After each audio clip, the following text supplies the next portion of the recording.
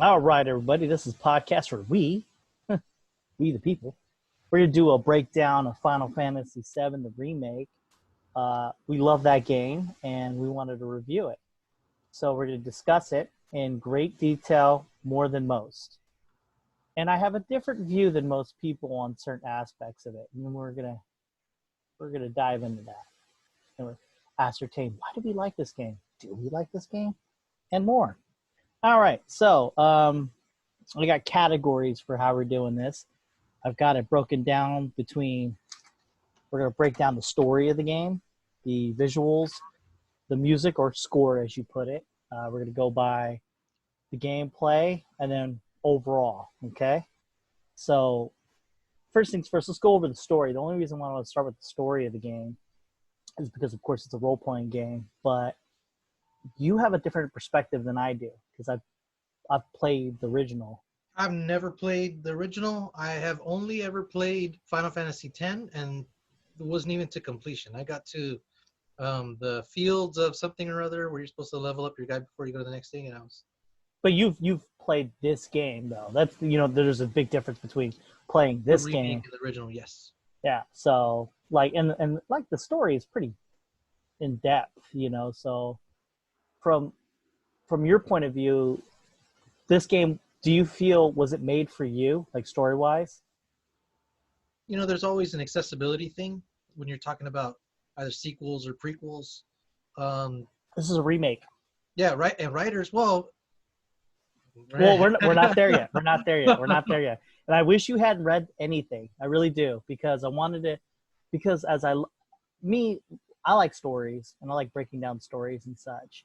But when I watched or when I played the game, I thought the story was not well made. It was like it was written for me because I played the original game, so I could pick up a lot of things. And I couldn't tell because I've played the it, original. it felt right. It felt like things were being revealed and developed, but there was obvious parts where I was like, I feel like this might have been written for fans that had lived it. Um, I don't know, certain like camera angles or something. I'm like, this feels like something fan servicey that I would have seen like in a Marvel movie or something. But at no time did I ever feel like I was totally completely out of the loop. Like I needed to play the original to understand what was going on in this game. But the ending, though, I mean, like the ending really is for the the people who've played the game before. The ending, it was it. How did it when you played that game and you got to the end? Really, were you just like, oh, that makes total sense? Well, okay, my problem is, I know that there's going to be other versions of the game. Not versions, but there's going to be other additions to the story. Okay, So I wasn't expecting an ending that was going to end. I didn't yeah, have but like like story wise, like did it really give you anything? Like, I mean, like because it it was was the so same vague. it was the same feeling I got at the end of Lord of the Rings, Fellowship of the Ring. It's like the characters experienced all these different things and they came together, and then they formed the Fellowship of the Final Fantasy, and then they went on an adventure together, and now they're at the end point and they're gonna continue on. Yeah, but like, there's no clear villain. I mean, like, yeah, I guess Sephiroth when they throw him out there, but then they have this cockamamie whisper. I still don't fully understand the connection between Sephiroth and Shinra. Was he kind of like in the shadows manipulating them? Is he Like, part of Shinra, or didn't was it he feel like Shinra confused? was the main villain to you? That's what I thought it was the whole time. Though I Okay, was aware of this thing named Sephiroth out there, okay, right? okay. I mean, it's just you play video games. Part of the Yeah, culture is the yeah, Sephiroth, a yeah. dude, He's culture. He's culture. right? Yeah. So I knew that Sephiroth was out there. I thought it was pretty cool that he's kind of like this phantom that is in his head that kind of comes in every once in a while, and you don't know Okay. if it's from inside of his head or if it's from outside influencing him to make it think it's in its head. I don't know. I like that, and I like that you didn't fight him or really anything until the very end, and so it Did you was. fight him? Oh yeah, you did, didn't you? I forgot about that fight. I was like, it was so. like unceremoniously. But I have to say though, okay, the original game didn't have Sephiroth so prevalently in the. This game is literally the first. There's 3 discs to this game, Okay. and so this is the first disc basically, and they added Sephiroth quite a bit throughout. They peppered him in, and it is way better in this game than it was in the other one because he just kind of show up, All right. and the disc ends with who the fuck's Sephiroth, and then disc 2, you get to see what's up. But this one, they pepper it, give you mystery, and they just give you more, I don't know, gravitas to this character. I feel like that was a cool device. You're right. That's definitely the word for it because Is that all how you felt? is happening, but they're hinting at, hey, you know what? There's something else coming up, and just his freaking size, man. He's like here, you know, to Cloud. Well, And, like they gave an energy to him, like he's the big bad. In the original, it wasn't like so much. It was like something that just happened. Like, who the fuck is this guy? But this one, they made it like this is the real threat. mm-hmm. Yes, I'm trying to think of Game of Thrones. Kind of did something like that. You know, all the humans, all the people are fighting each other, but there's a real threat out there, and it was the White Walkers. Was it really a threat? I mean, it was over in like an episode. Well, season 8, blah blah blah blah blah. Winter's coming. You know? Really? Yeah, they ended that in like an episode and a half, whatever, right? But the suspense leading up to it was a big deal. You know, I agree. The first season, you know, it was just like, hey, we got all these other little piddly shit things going on, but there's fucking ice zombies out there. We should probably come together and come up with some kind of plan. So, do you really think the story? Okay, from your point of view, a person who's never played, well, you played some of it, but really didn't play 7. Do you think, on its own, this game, the story was good? This is what I felt. Because you made a Lord of the Rings example, but Lord of the Rings on its own is a good movie, story wise. Here's the thing about this game. Every time I jumped in to play it, it felt like I was going into a dream. Yeah, but this is a story. We're talking about story. But that might not be the point. I mean, there's that weird cat thing that shows up, you know. Yeah. Wait. What did you think about that cat part? When they showed the cat, Kite Stiff, that's what that is. Right. I was like, huh, I wonder what Ever thinks of this. Because I saw it and I was like, that's probably a character we're gonna meet later, and then never got back to it. they just added. I really thought they were gonna go somewhere with that. Like, I mean, they didn't really link it to anything. It's just a cat going. He's just like, oh shit, what's going on here? It sucks. Yeah. Okay, maybe he's gonna show up and help you fight with them because he's pissed off about the same thing you're.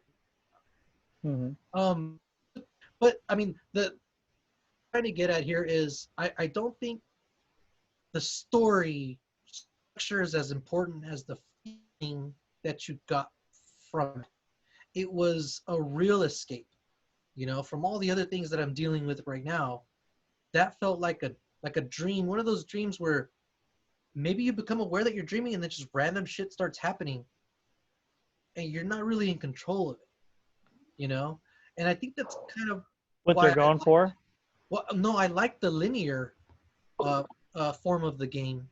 I thought I wasn't gonna like that. I thought they were gonna, you know, give into the whole open world type, you know, format, and I'm glad they didn't, because it pushes you through the story that they meant to tell. Yeah, they give a narrative to it. And it's, again, I mean, it doesn't need to make a whole lot of sense a lot of the time because it's like an anime. You know, the suspense was there, the action was there. But story-wise, though, let's just keep it to story. Did the story make sense? Like, I mean, did it? I don't know how to really. Let me see. Sum up what your idea of the story.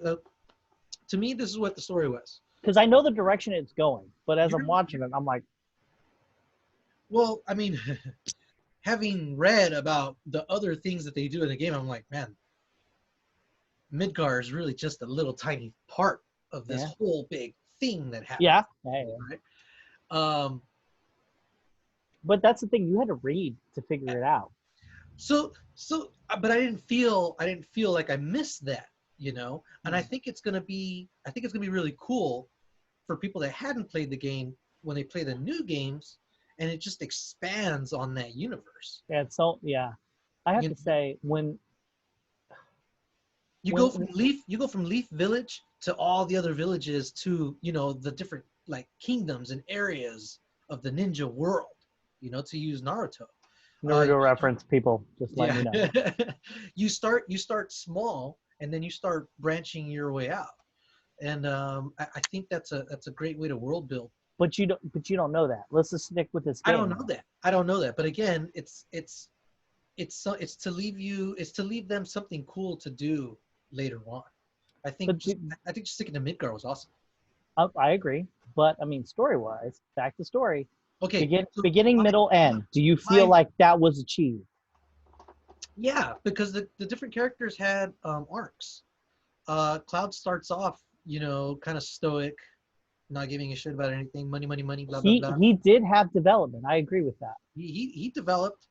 But did the story? I mean, really, like I keep pushing you back into this corner because yeah, I get it. Because the grandiose of the game, I get it. Dude. It's not even a third of the game. Yeah, right? Exactly. But we're talking about this game only.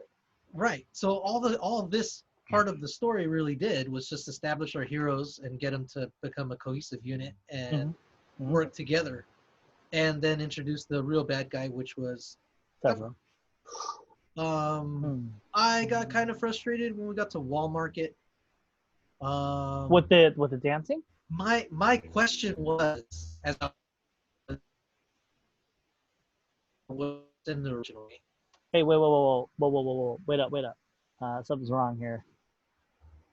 Is it your internet connection, or I'm gonna pause for our faces right now? Dude, I don't know how I did it before because I was able to move them. Because right now I have it kind of smaller, and then I have you right underneath my camera. So like I'm looking at your I'm looking at your face right now. Oh, I just did that. I just did it. I just figured it out. That because I seen you like looking off to the side. Well, because I had it like this, and I couldn't remember. I couldn't remember how we did the thing. I just now clicked on the thing. And I was able to move the screen, but I didn't know how to do that until just now. Oh, okay. Now you're looking at me, but it looks like you're looking at the camera. Yes, that's what I'm doing right now. I'm literally looking at the camera, but I'm looking at us together. Forever. Well, okay. I was breaking your point. Hey, this is more fluent now. I just now noticed. But what was your point originally? Go back into, you were talking about the story. You're talking about Jesus Christ, I forgot where we're at. That really the story was, so my interpretation of the story, as it stands right now. Okay. You start out solo and you're making friends and you're learning about the world. You're learning about Shinra. You become friends, and now you are all set some kind of common goal. It feels like part of a bigger story. I mean, could it stand on its own? Could you end it right there and then say that's it? No, because Sephiroth is still out there. Shinra's not defeated. You know, the guys are still running the company. Those whispers are still out there fucking around, you know, trying to maintain the flow of time. And seeing that's something else. I mean, I wouldn't have known that those were additions. That's keep it to where you're going, because that was the biggest problem I had with the story. I was like these whispers they introduced. I was like, if you had not played 7, this doesn't mean anything to you. In fact, it doesn't make sense. So right. You've never played 7 at all. I had no idea what was going on. Yeah, what the fuck is the point of that? Why are they helping? Why are they hurting? Why are they stopping me? Why is anything? Right. I mean, it didn't make sense until 45 hours later. When you read about it. No, there's no way you would know unless you read about it. There's nothing that tells you. In the game, they explained it. They explain an aspect of it. But to really, really understand it, yeah, I had to read outside of it. Well, it's pointless. Like, what's destiny have to do with this whole thing? And I hope they've thought out No, fully they.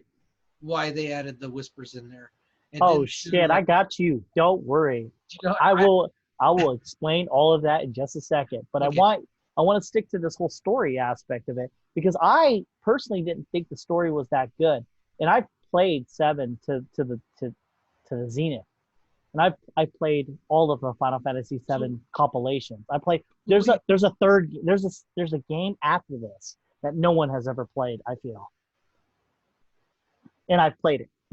wait, let's say the original game had been released one disc at a time, and you had just played the first disc. Okay.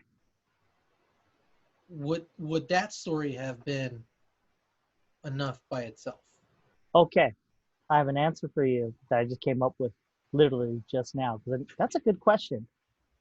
When you play the first disc, of course, it's not good enough. You need the second disc. It leads into the second disc. Mm-hmm. But they had 20 years. They had 20 years to come up with the story of the. Because you could end this first disc, like you said, Lord of the Rings style, where you feel like you watched a movie and there was a story and it ended. But Lord of the Rings, it didn't end. It doesn't, but it does. It's we're gonna go on this adventure. We're gonna drop this fucking ring in this goddamn cave. The Well, fucking thing ends. that's the sense that I got from this game too. I mean, except they don't know what the objective is really. I mean, That is what I'm getting at. still know that we're There's headed no to the clear to the objective. volcano. They don't have a clear objective in this. It's I get it what you're saying, but like what makes a trilogy good or anything else is there's an end point. The end point isn't clearly defined. It's just You're right. this fucking thing comes out of nowhere and they fucking fight it. And it's like, what is this? And then like the door is open and then you see Zach, which if you don't read the subtitles, you don't know it's Zach. Yeah, I mean if you haven't played Seven or Crisis Core or I anything like had that. remembered you guys talking about them. Yeah, but no, Back but then. like what I'm saying is for like the guy who's never played Seven or Crisis Core or all the other Final Fantasy compilation parts, Zach comes out and you're just like, who the fuck is this guy? Yeah, And it doesn't make sense. It does not make sense at all. I didn't have I well actually I was kind of, I don't know. Let me throw this out there. Correct me if I'm wrong. The sense that I got was that Aerith was in love with Zack. You're right. Okay, and Zack dies. Yeah. Well, So when does Aerith, he? oh, You just saw the I, fucking video of it. When you played this game. Does he die? I didn't see him die, but I'm assuming that he's gone because Aerith kind of like latches on the cloud. Yeah. He's like the rebound. Yeah, but I think because he's dressed the same, and maybe because he's even holding Zack's sword. Yeah. Well, yeah, but no. When she meets him, he's not. He doesn't have that sword, so it doesn't really matter. I don't know. The flower that she gives him is for when lovers have been reunited. Yeah. But So she gives those flowers out to everybody, though. She'd be selling those flowers on the reg. she gifted that flower to him. That's true. She fucking So is all in on him. She didn't charge him for it. So other customers, yeah, she'll sell them, and she's not selling it to them. Hey, I'm reuniting with you. Hey, I'm reuniting. No, I'm selling you this so you can give it to somebody else, as reunion with them. Okay. In this one, she makes it a point to not charge him money. She wants to give it to him. So because on the second playthrough, I picked the other option, and it doesn't matter what you answer, she's giving you the damn flower. So no, I got the sense that maybe not so much like rebound, but more like falling in love with him. Maybe she's looking at him like a reincarnation of Zack. Yeah, I hear what you're saying because, like, with your love, you kind of want to find someone that's kind of like hitting all the levels, the check marks of what you like, and he was hitting all the soldier, stoic. Actually, Zack and Cloud are actually two different characters. Like, I mean, as in, Cloud is really not like Zack at all. So for her to like him, it's kind of a. But Aerith doesn't strike me as that kind of as a person. As a character, I think she's a lot more empathetic. She takes care of the kids in the slums.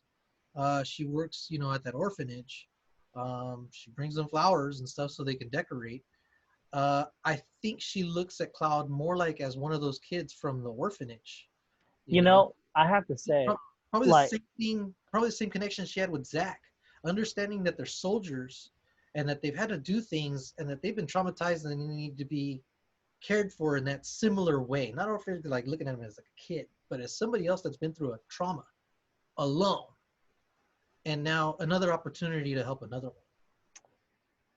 I feel you, and I like where you're going with. So I don't think that's what they're going for. However, give me a second. Hold on.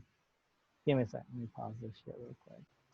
I don't even know what we were talking about. I had to pause and kick We're in. talking about Aerith.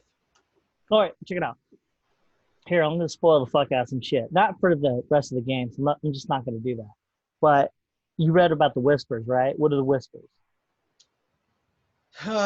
Well, okay, remember Rick and Morty? The Yeah, testicle guys, you yeah, know? yeah, They're even brown. yeah, Just yeah. kind of like raggedy looking. Yeah, some kind of entities that exist outside the flow of time that go in to make sure that time doesn't get screwed with. Mm. Now, I thought about it when I was playing the game, and then have you used assess on them? I want to say yes. I don't remember anything about it though. Well, if you do assess on the actual arbiters of destiny, the main bad guys, it Mm, explains what they do. They're like talking about how they're trying to keep destiny a certain way. This is why I had a big umbrage with the story, because this was meant for me or people who played the last game, is because Des this monster and everything, they're trying to keep the game of Final Fantasy VII of 1997 the right. same. They're trying to keep that story the same. So things have changed. And the reason they did this is because they want to make, two other games and the future's open. So me, the player who's played that other game, I'm going to play this game. I don't know what to expect. And because there's certain aspects of this game, and see, once again, there's like parts of the game that like I know about, but you don't because you never played it. Well, to an extent, that happens, but that doesn't happen. So I'm expecting one thing, and then something else happens, Well, and the whispers are the ones who change it. They like Eris doesn't fucking fall here, and Barrett doesn't die, and that's what that is. right. Yeah, there's a certain death that I know about Oh, that's because I've sad. watched Yeah, Advent Children. yeah, of course, yeah. But So, but you don't know that though. That's the but thing. you're right though. This kind of opens up the door to them changing that Yeah. Mhm. I because you do yeah, defeat the Harbinger at the end of this game, exactly. and And it I kind of opens it up to where now you can do different things mhm. in the other games. So it's a weird thing though, because I think that's what Sephiroth's main goal was. Because in the original game, spoiler, he doesn't win. And, so if you kill this thing that stops Destiny from going back the same, he's like, shit, now I can win. But Right. at the same time, all this other shit happens. So it creates a whole avenue of things that can happen. So, are you thinking that the fans of the original game might not get their similar story beats in They the second? won't. No, of course not. No, like that's never happened in the original game. None of this. This whole at the very end when you're fighting that Destiny thing, I was like, what Right. the fuck is Yeah. this? I was like, Okay. what is this? Like I didn't understand what the fuck was happening. But then when you kill him and then all this light happens, and Zach does something that doesn't happen in the original game, and I was like, wait a minute, does that mean he's alive? I mean, because like it's okay, Zach doesn't appear in the first disc. He appears in the second disc, and you don't really find out until the third disc, which is an extra part. And this all changes everything. So it's supposed to go one direction, it goes another, and it's a big deal because Zach is like you.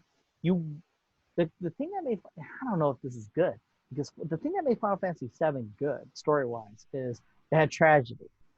Tragedy is a thing that could have been prevented but doesn't happen. So Zach, he could have lived and he dies. Shit, I didn't mean to spoil it, but I mean, things happen. Characters die, and that's the tragedy of it because it could have been averted. That's what made that story so good.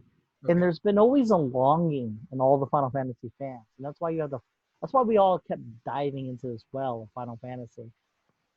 We kept trying to get into. We tried to. We get, we were looking for clues for something in which the bad things that happened didn't happen.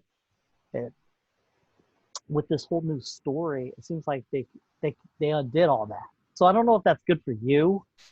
You know what I mean. For me, it's good. For me, it's like, oh man, this character's alive. Oh man, this guy lived. Oh man, this happened. But that's for me. I don't know about you.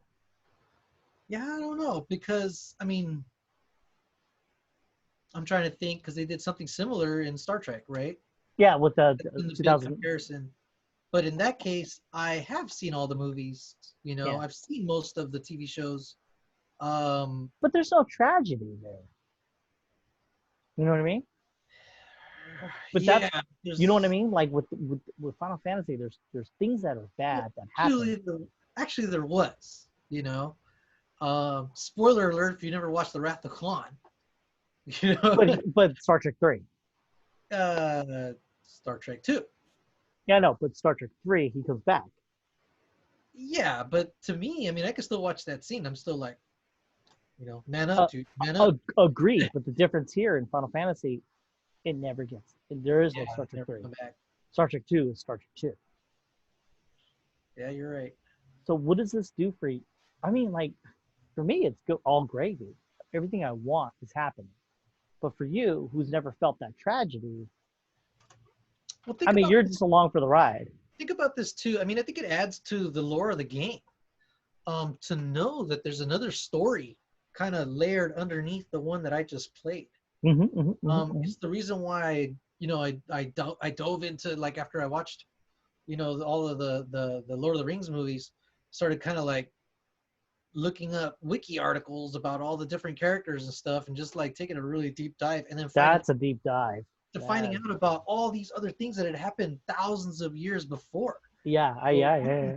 reasons for why Aragorn can be so old, and that's Yeah, because the because he's first men of the tribe. lasted Yeah, a long time, and he's yeah. he's one of the descendants of Numenor. Is yeah, they So have some name for it, yeah, Israeli or all something that like shit existed before, that. and so in the movie they're like, well, how could Aragorn be a ranger if he really should have been born because he's like maybe 40? No, no, no, no. Forget about all that. There's a whole other layer of shit underneath what you guys just experienced in 3 movies. And then you watch the other 3 and that adds a little bit more, but I think there's way more to be explored there, and it was fun to kind of go in and learn about this and learn about that. I think so long as this story, into the second and third parts or whatever, uh, is strong and leaves enough of the original story to where it's still important, to know why that's there. Um, I think that'd be okay. What would suck is if they completely threw out everything that happened in the original one, and it became irrelevant. And that's kind of why I appreciated Picard. I know you ended up not Did you liking it a whole lot. did you finish it? I didn't finish it. I didn't So finish. don't But talk to me. but when I started watching it, I liked that. You know what? They took what happened in the first Abram movie, and they that universe kept going. That universe is still alive. It's not dead. All those characters that I grown up with, they're still a thing. They still exist. There's still a timeline where all that happened. Okay, but you Go back said and something about Picard. Where are you going? What the no, fuck? no, no. You're all over the I'm place. talking about in Final Fantasy. Okay, in Final Fantasy VII remake, as Okay. long as they don't completely throw away everything that happened in the original, because the fans are really attached to it. They don't want to know, oh, this new game just totally undoes it all. Hmm. You know what I'm saying? Um, if it becomes like a parallel universe, but there's still some other universe that has import. You know what I'm saying? Yeah. You know what though? It's funny But that you enjoy that though, because I like it because of it's it's the it's what I wanted, because like you play the game and then it ends, and you play the other games just in the vain attempt to see something different. and it just keeps on going. And then you always thought that's life, But like that shit happens. But you play this game, and it gives you fucking hope that some different shit could happen, and that's a big deal for something so longing that you forgot that you wanted something different. You got so used to it happening a certain way, Mhm. and this game gives you hope, and that's a for me it's good. I don't, what I'm trying to get at is what do you get out of it? Like I said, I mean, I'm not gonna get that feeling that you got out of it, but I Hmm. enjoyed it. Okay. I enjoyed the story. I enjoyed the banter, especially the banter. I thought it was really good. Banter. Huh? Banter, like the dialogue. The shit talking that was going on. Sometimes it was corny. I think I ended up liking Barrett more than I when I played the demo. I was in Yes. with Barrett. Yes. I was like, oh god. And I think I would have liked it more if I'd have played it all in Japanese. Hmm. I couldn't do it though because in the battles sometimes they say stuff to clue you into what you're supposed to do to beat this enemy. How about And, on hard? Do you play it like it? You oh, can you know switch what? I it. should do that. Yeah, I should change that. I didn't think about that until you just said that. Yeah, that's a good idea. I'm Um, going to do that I right fucking now. I liked it way more. I played the demo part in Japanese, but as I was fighting, when I was fighting the boss at towards the end of the demo, I was like, I kept missing what they were saying to each other and trying to keep track of the hit points and my Yeah, MP yeah, and yeah. my It's a limit lot. It's a meter. lot. And then they said something, and then the subtitles. By the time I noticed they said something that was actually important, and I started reading the subtitles, they went away, and so I switched it back to English. But but yeah, I they sound cooler in Japanese. Hmm. Barrett sounds cooler in Japanese. He actually comes across the way they meant for him to come across. Yeah, because when it's in English, he sounds like an ignorant He person. sounds dumb. He sounds dumb. Like I But said, ignorant. but in the Japanese one, he sounds like he's full of zeal. You know, Yeah, he has a he, lot of energy to him as opposed to an he's that character in ignorant. anime that you've seen before. You know, Yeah, over the top. yeah. But you're not walking away from this. I mean, they make him sound like an ignorant person. Like That sounds. some might say there's a word for this definition of ignorant. I'm not going to say it. But I mean, Let me ask you, a lot of the things that he says in the game, in this game, did he say them in the and yes, in the yes, yes, yes, yes, yes. It's okay, different though because it's in word form. So when he's like, and then the word blurbs, it's kind of like, okay.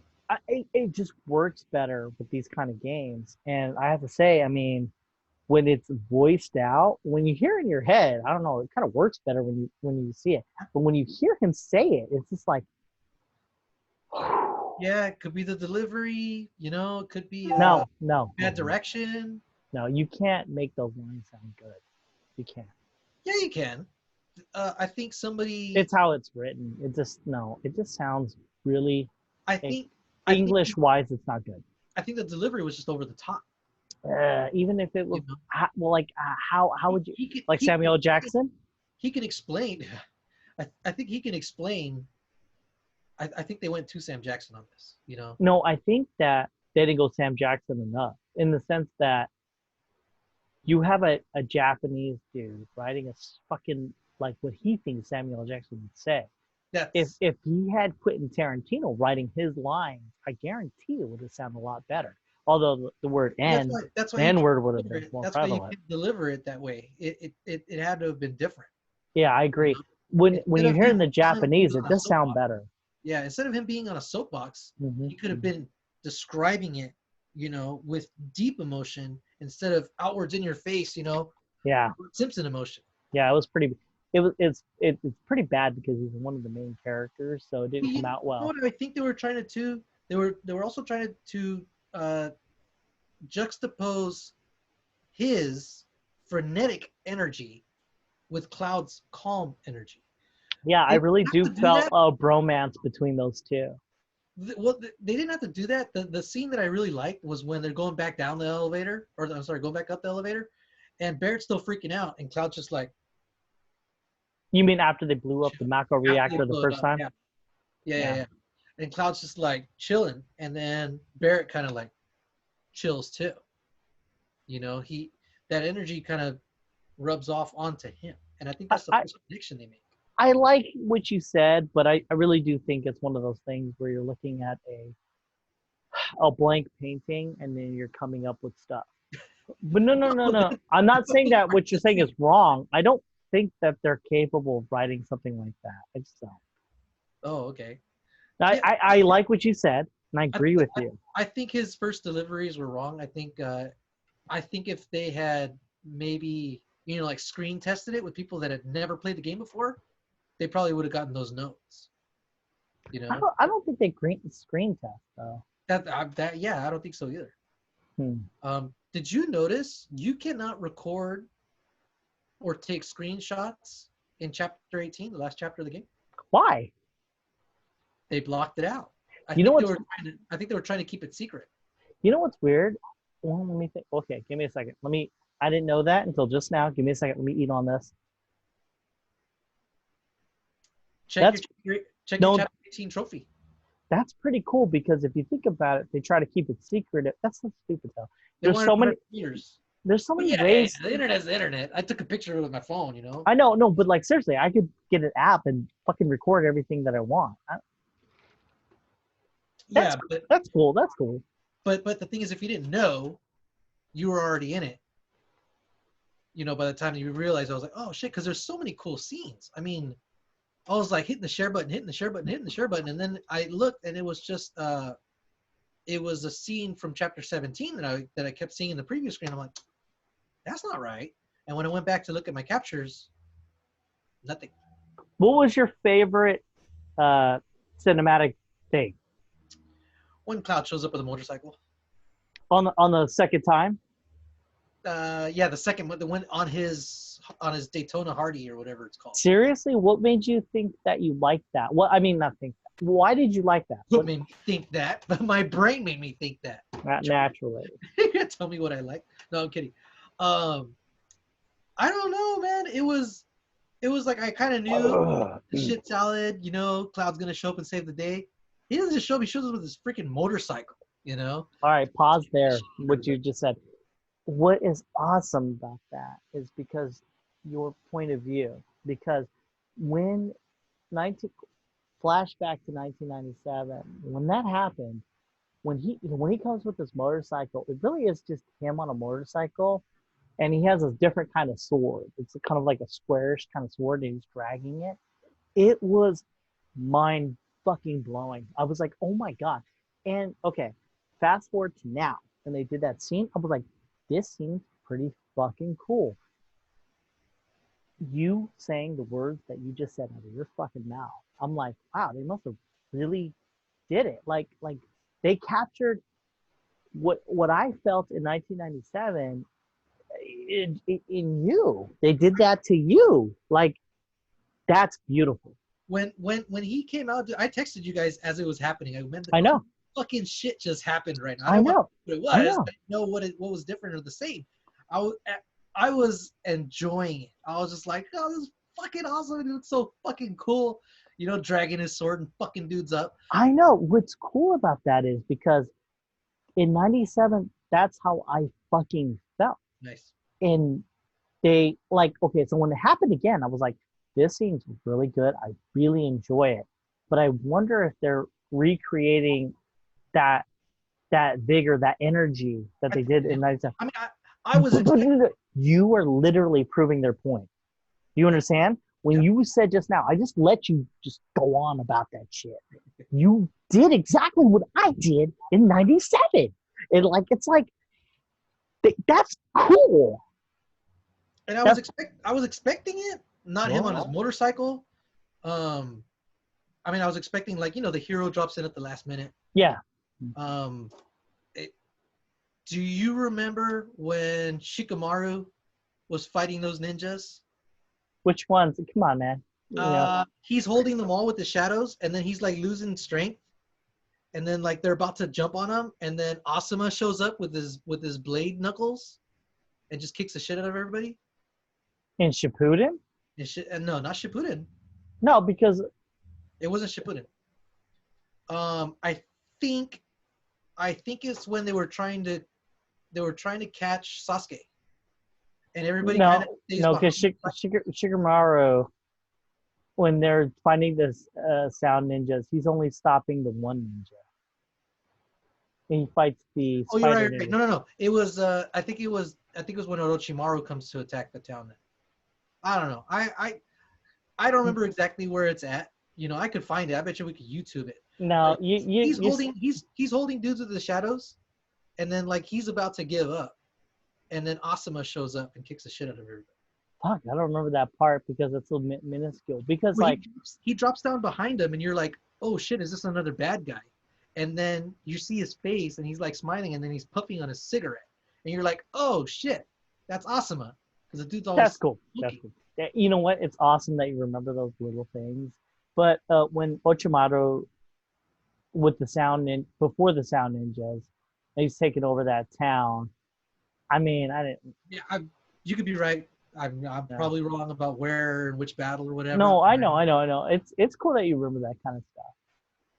Yeah, just well, it's because that's a story thing, though, right? Yeah, You expected it. You yeah, know, I didn't expect it so much there in Naruto, but by this point, 37 years old, you know, watching movies and shit, yeah. I was Yeah. expecting, you know, the hero to show up and save the day, and then not only does he show up, he shows up on this badass fucking motorcycle. You know what's cool You is know? because like because I remember the other game and I was like, well, this shit ends with them on a motorcycle.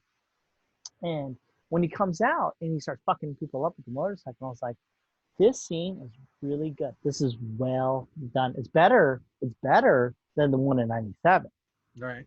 But I wonder if it gives people that feeling because it doesn't give me that feeling. Well, yeah, I thought it was good, but the fact that the way you were talking about it so vividly, yeah, I was so amped. energetic. Yeah, no, but like what I'm saying is they recreated that moment. They literally did what they did in '97 today, and I'm blown away by that. Like I wanted this. I wanted this. This right here, I wanted because you had an aspect of a reality that I don't possess because I played seven. Right. Not only have I played seven, I've gone deep, fucking masturbated to this game. If anything, you know what I mean? Not really, but you know what I mean. I'm Yeah, like yeah, yeah. I'm deep into this game. I mean, I played fucking Dirge of Service. I played fucking Crisis Core. I'm deep in it. Tactics, you know. Well, And let then me to hear you say those words, I'm like, they did it. They let did me it. ask you about let me ask you about another scene though, because this one didn't land with me the way that I read that it landed with others. When Cloud falls through the church and sees Aerith again, Okay. I read, oh, that iconic scene, you know, that everybody remembers, and to me it was, I was like, oh, Aerith again, You okay. know what? That's because you're a human being. I think a lot of people out there are just robots. Honestly, when that scene happens, when he falls down, I didn't care. I didn't fucking care. I didn't give two shits. And then I like, didn't get back to the guy. I didn't get back to my team. yeah, I didn't really care. I really didn't care. Like when you play this game, do you really care about Aerith? Wait. Let me back it up. Do you care about Aerith at all until like later on where she becomes a character? It's just like she's some chick, right? Because you think he's only in a Tifa. You want this Tifa relationship to grow, right? Well, the Jesse thing going on too. No. Yes. Okay. Minus Jesse. If anything, you're thinking because Jesse wasn't a big deal in the original seven, Okay. but Tifa, you're like, I want this to happen, right? And then when he falls and this Aerith thing happens, you don't really give a fuck, do you? Do you? I'm asking you. I I didn't feel. I felt annoyed. I was like, damn it, man, I'm not with the Because team anymore. you're trying to get back to what you were at, Yes. right? And you've built so much up to this point. And but like, okay, this is where the game doesn't pay you off, and it pays me off. Aerith is a big fucking deal Yeah. to this guy, but you don't know that. But the way she comes off is a little bit stronger than she did in seven because of the whisper scenario. Right. And it's I don't know, it's like coming home. I don't know how to explain it. Yeah. When the way she reacts, it's like, wow, I really want this to work because it's unrequited love. It's the strongest love. It's the love that could have been that didn't. And when the way she reacts to him and the way she talks to him, it's not the same in the original game. So you're just like, what? It's like we're picking up where we left off, and it felt like she knew more She does. about. It felt like she knew more about. I What's don't going? know. Yeah, it just felt like she knew more love for me than I did for her. Like, but like it's weird. It's weird because I'm playing a game, a remake, and I'm like, Cloud doesn't know her, but she's like loving on him, and I'm like, yeah, keep going, let's go forward, keep going more, and that's cool because it feels like okay, at the very end of it, I have a theory that from playing this game, I think she remembers the previous timeline, I'm wondering that too. and if that's the case, shit gets weird, and I don't know if they have the writing chops for this. The guy who's writing the story for this, I don't think he has the skills to write the story that he's doing because here you have a character who remembers loving a guy who doesn't get to love this guy, and they're in love, and then the other guy that she loved is alive, Zach. So how, how do you write that? I mean, a good writer could do that, but the writers that are writing the story, I'm sorry, bro, they're not that good. I I was I was playing the chapter where you fall through the church, Yes, and a lot of the things that she says, I got the I can't I'm trying so hard to think of a specific quote, but yes, I get the sense that she knows more, you know, than what she leads on in terms of the bigger picture. I agree. It, Um, it felt it felt like she was me in the game, like as in like because I have foreknowledge. I yes, yeah, it felt like she was there and she's like completing this like she's saying the things that I wanted her to say, and I'm like, what the fuck is this? Like kind of like a like Doctor that. Manhattan, kind of like a Doctor Manhattan thing where he kind of already knows everything, and he's kind of just going through the I numbers. I hear you, but there's a difference though. Aerith is an awesome character, and you really like. I don't know. I was in my teenage years. I mean, Cloud is my character in this game because you play him like throughout, and he gets with this chick, and there's all these other chicks he gets with, whatever. But like, there's the one that got away, and that's like a thing that resonates with you through all time. And all human beings, all males, not women, males feel this. Where there's the woman who got away, and you're like, you always think about it, shit like that. And then like she's saying these things that are like, yeah, what, hi, what, and like you feel like you're getting that chance, and it doesn't make sense because you think this is just a remake. Because in my head, I thought this was a remake of Disc One. This is no remake. This is a sequel to Final Fantasy VII. What if you get a choice? Exactly. That would be beautiful. But like, there ain't no fucking way that you make a choice. Oh, I want Eric to not be with the Cloud. But whatever. What I'm saying is, I don't. The way they wrote the story, if you make Zack alive, it's they don't have the writing capability to have Cloud with Aerith, and also there's a Tifa and there's a fucking Zack. You know what I mean? There's like there's a To, Final to Fantasy VII fucking Twilight. spoiler. No, well, fuck that game. Fuck that movie. I mean, with the everyone knows she was team fucking Edward. But what Right. I'm saying is, at the very fucking end, where like Final Fantasy VII spoiler, there's Cloud and Tifa finds out that Cloud it's really all about Aerith, you know, and it's kind of like, it just sucks for everybody. Everybody. Cloud doesn't get what and Cloud doesn't get with Aerith. Tifa knows that Cloud wants Aerith, and then Cloud ends up with Tifa, but it's not like I don't know if I'm 99% loved, and I know there's 100% loved out there. I don't know. That's an ego thing. I don't Right. know. I don't know. I don't know. It's very complicated, and only a J.J. Abrams can write that.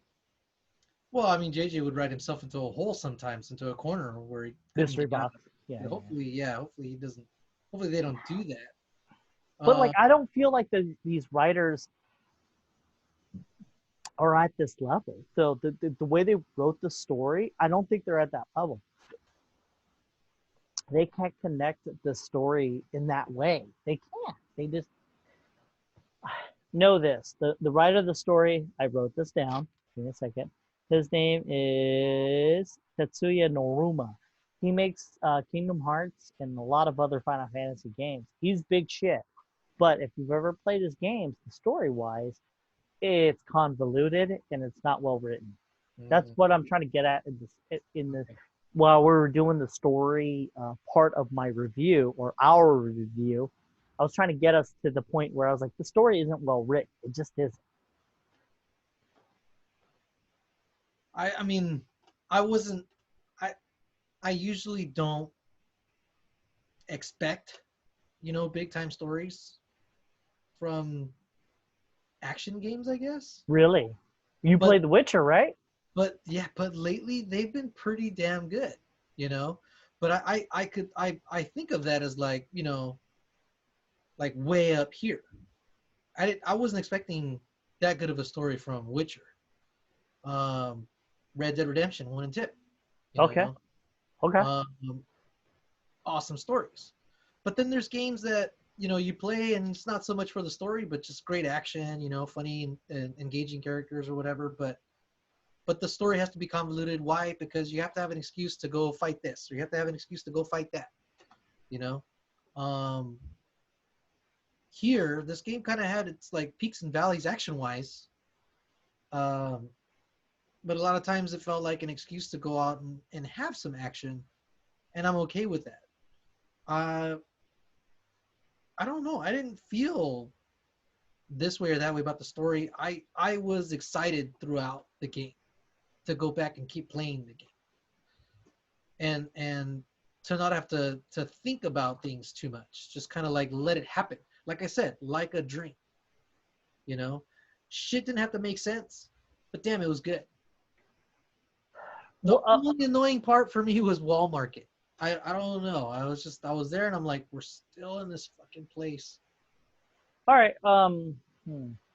Name a game that you liked story wise. Let's go. Red Dead 1. Okay. With that being said, does that game match up story wise with this game? What do you mean? Like story wise? Like do they have the same beats, or is it the same level story wise? Beginning, middle, end. Red Dead Redemption 1. Beginning, middle, end with this game. Now, I know that there may be 2 or 3, but they created this game as a one-off. If they can make more, they will. But let's go. They created this game. No, Red Dead Redemption 1 is a complete game with a complete story. Because they have a sequel that works into it. The sequel was added on after the fact. I don't think. No, I agree. But they were able to add it on after this game. So they made a complete game. Boom. And they made part 2. Boom. This game. Forget all the other games. They got this game. Does it compare against that game? Well, story-wise, no. I mean, it's not. We're not getting a complete story. Exactly. With the remake. All right. All right. And I don't know that they could have made a story that would have felt standalone without hinting at what's going to happen, in the other game. They had 20 fucking years. You think they couldn't? I don't. Well, I mean, 20 years. Well, why would they want to close the door on themselves? They don't want to close the door. You have a Red Dead. They have Red Dead Redemption 2. Don't they? Yes or no? Yes. So they could close the door. And then you have Red Dead Redemption 2. And is that not a sequel to that game? Is that not a story sequel? Is that not a better game? Red Dead Redemption 2 is not John Marston's story, though. No, I know, but they made a sequel. It's an Oregon story. So it's really, Red Dead Redemption 2 could have been by itself. Exactly. It didn't need to be connected to the other. It doesn't. It doesn't, but it does.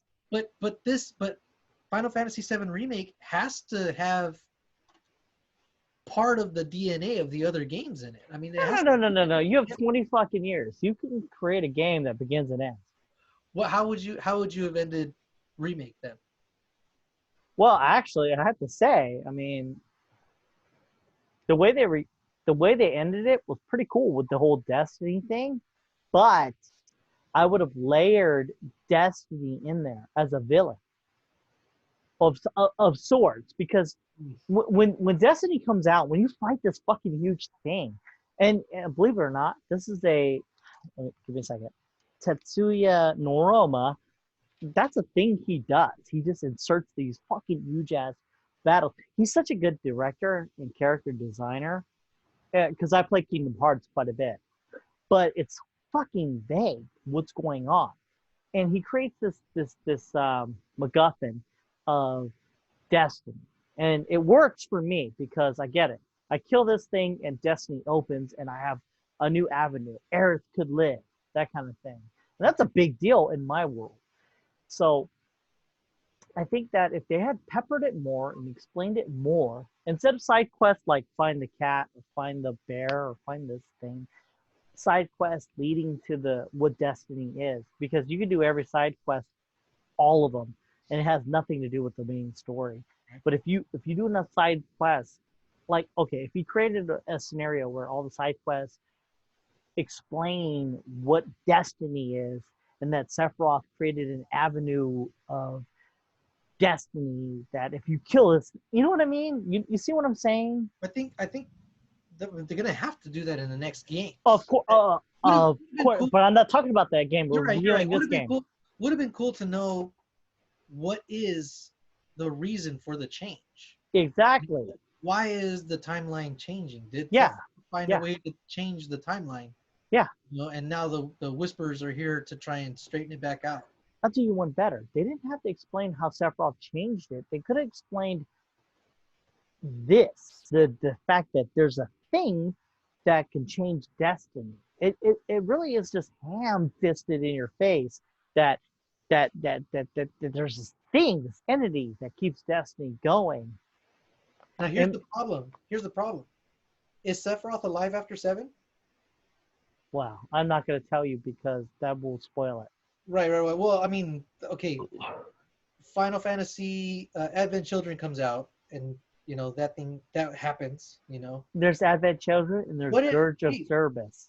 What if Cloud is the one that creates the change in the timeline? They didn't create a love story that strong. You know what I mean? They didn't create a love story in which Cloud wanted. No. If you are Cloud and I agree. You're wishing you had been able to change it. Yeah. Maybe you end up being the villain at the end of this whole thing. Faber, as God is my witness, I hope that's true, because that would make it worthwhile. But that would be awesome. But because it goes Final Fantasy VII, and then actually in reality it's Advent Children or not. No. It's Crisis Core, Final Fantasy VII, the movie, what do they call the movie? Advent Children. Oh, Advent Children. What did I call Crisis Core, Final Fantasy VII, Advent Children, and then they have Dirge of Service. And which is like everyone ignores that one. But there's nothing in there that says Cloud is so much in love with her, other than Final Fantasy VII, the game. What if it's just a really old Cloud, and he's like, "Damn, I wish I could have, done this one thing differently." I know. I agree with you though. It would be nice if they went that direction, but they didn't in this game. In this game, they kind of vaguely did it, and I have to say, this Tetsuya guy who makes these Final Fantasy, when he made Kingdom Hearts and he made Final Fantasy, he does this thing where he has these grandiose stories, but he doesn't fill in the blanks. So like people play Kingdom Hearts, there's 1, 2, and 3, but there's a bunch of Kingdom Hearts in between that try to develop the story, and nobody gives a fuck. That's why you and I are not talking about Kingdom Hearts 3. Kingdom Hearts 1 and Kingdom Hearts 2 are awesome games. Never played You it. and me, exactly. You and me are not talking about Kingdom Hearts 3. The reason why is because this guy isn't that good. He is not good at storytelling. But okay, you know what? I'm diverging from my overall aspect of this game. Let's finish. We're at the story. Wait, one more thing. What do you think of the characters? The the main ones had growth, but you know what? Thinking about it, talking about it, the one that I didn't really see grow was Aerith. What? And how does she change? Yeah, I agree. Did she- Well, because she's actually not a character. She's a plot device. Yes. Because she is a plot device in the sense that she remembers the past game, Yeah. which is not told to us, and she changes. That's what I'm You know saying. what? No. She changes because see, it doesn't work for you. See, they fucked you, and that's what makes me mad. She made this game for me. It, she changes because she's not the character she was before. She's the character she is now, and so she's like, shit. I'll tell. Oh, I don't want Yeah, this but, to happen. so yeah, that's why I don't mind it because there's more to dig for there.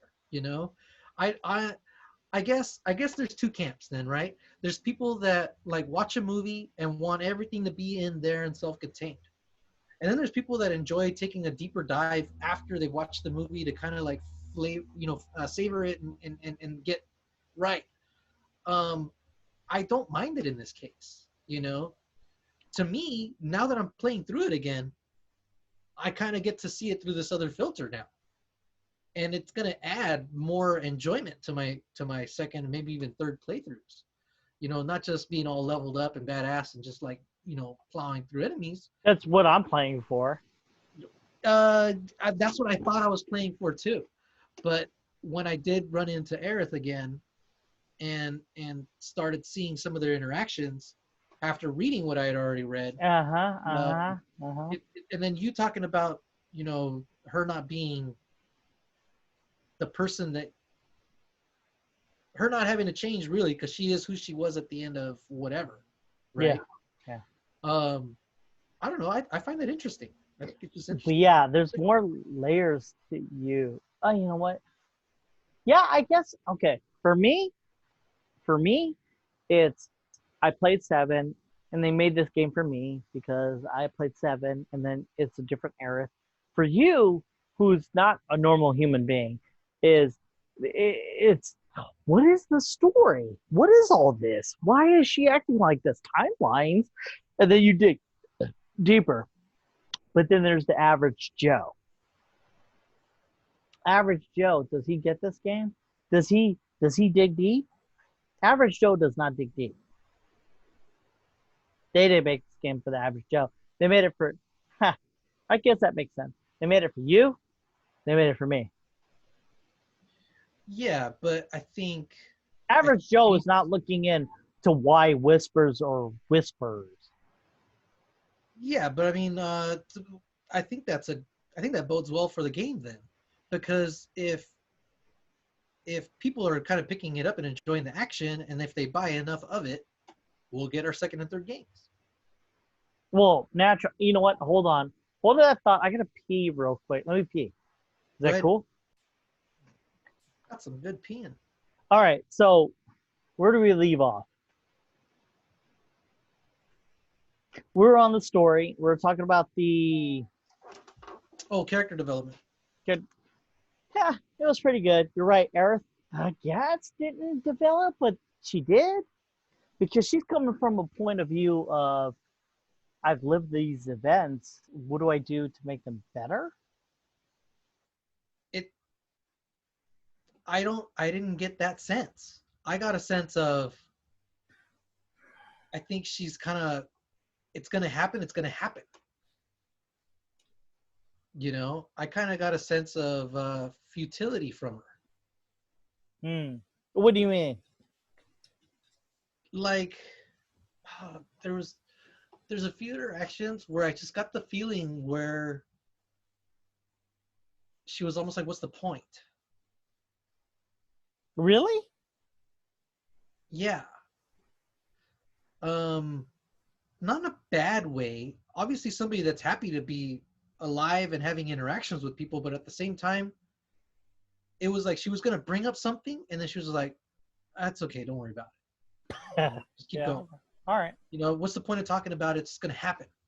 Mm. I could tell you all about it. It's not gonna change it." All right. Well, let's see here. Barrett Story. Barrett Barrett develops. Yeah. Um, Oh, yes, he does. I Is he a good father? I really I like Barrett's character a lot. I was thinking of Is he? Chopper. Is he a good father?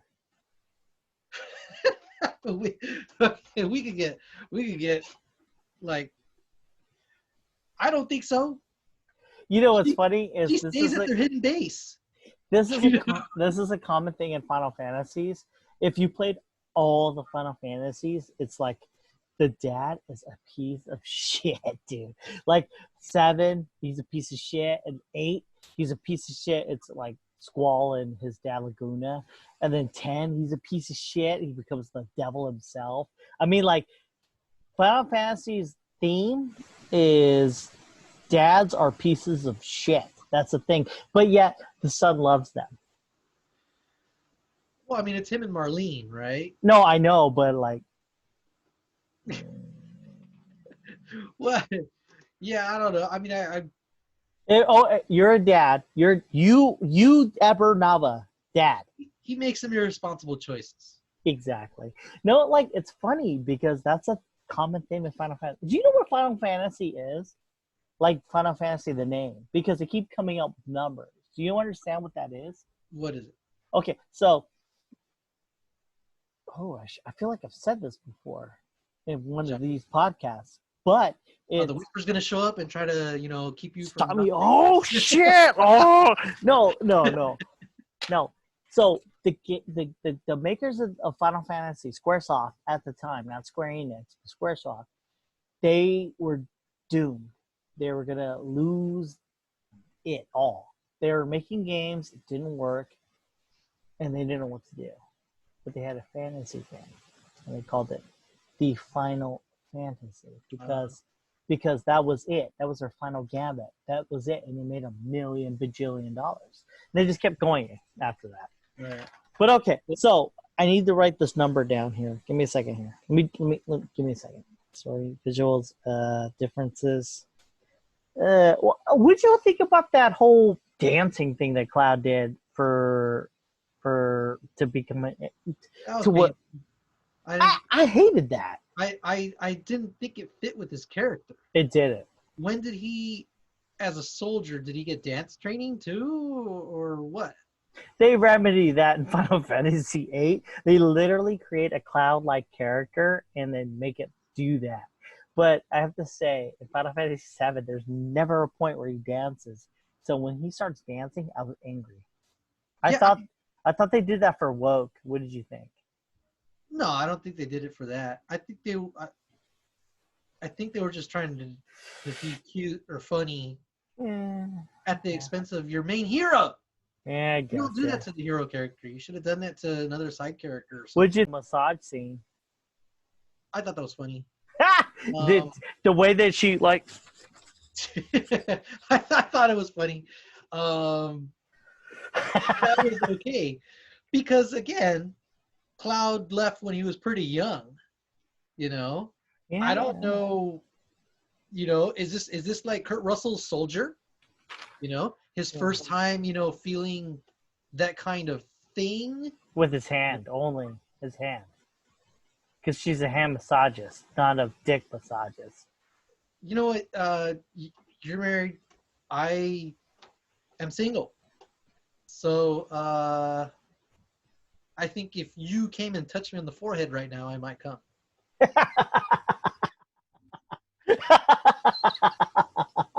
You know what though? I had to say though. No. You're different because you're older. You. Yeah. It's different, but when you're younger, I'm not gonna lie. You know what I mean? I mean, when you're real young, getting touched by another female, it's a big deal, and it's funny that they put that scene, but I mean, there should have been way more white shit all over her face. She should have been drenched. Dude, she should have been walked in out there. You know what I liked about her, though, in particular, is that the character design of her, I've never seen that kind of design. The way her eyes kind of slope over. It's like, I don't know how to explain it, but I was like, she looks different from most character designs in anime creation. So I thought that was pretty cool. I thought she had a cool design. I mean, Yeah, you know what I mean? Like, it's not like I'm like, oh my God, hand massage lady, but like, I mean, when I looked at her, I was like, she looks different from the most. And in the fact that she screamed when she was like, I fucking hate this. I was like, she's a different character. And I thought, I applaud them for creating such a design because it was different. It was different. And I like different. And it wasn't different bad. It was different good. And I thought it was good. All right, let's go. There's a thing that I'm doing here. So story from 1 to 10, 10 being the best. What do we got? Story? Yeah, story. It was fun. It was entertaining. Remember, if you give it a 10, No, people are gonna, you know what I mean? No, I'm like, not gonna give it a 10. Okay. Can't give it a 10. Exactly. It was story. Anything 10 is like, life altering, life changing. Exactly. Okay. No. Okay, we're on the same page. I mean, anytime anybody asks me for like a possible 10, Red Dead Redemption. It was just. I feel you. All right, go. I was just. Give me 10. I mean, give me 1 through 10 story. What was Final Fantasy 7?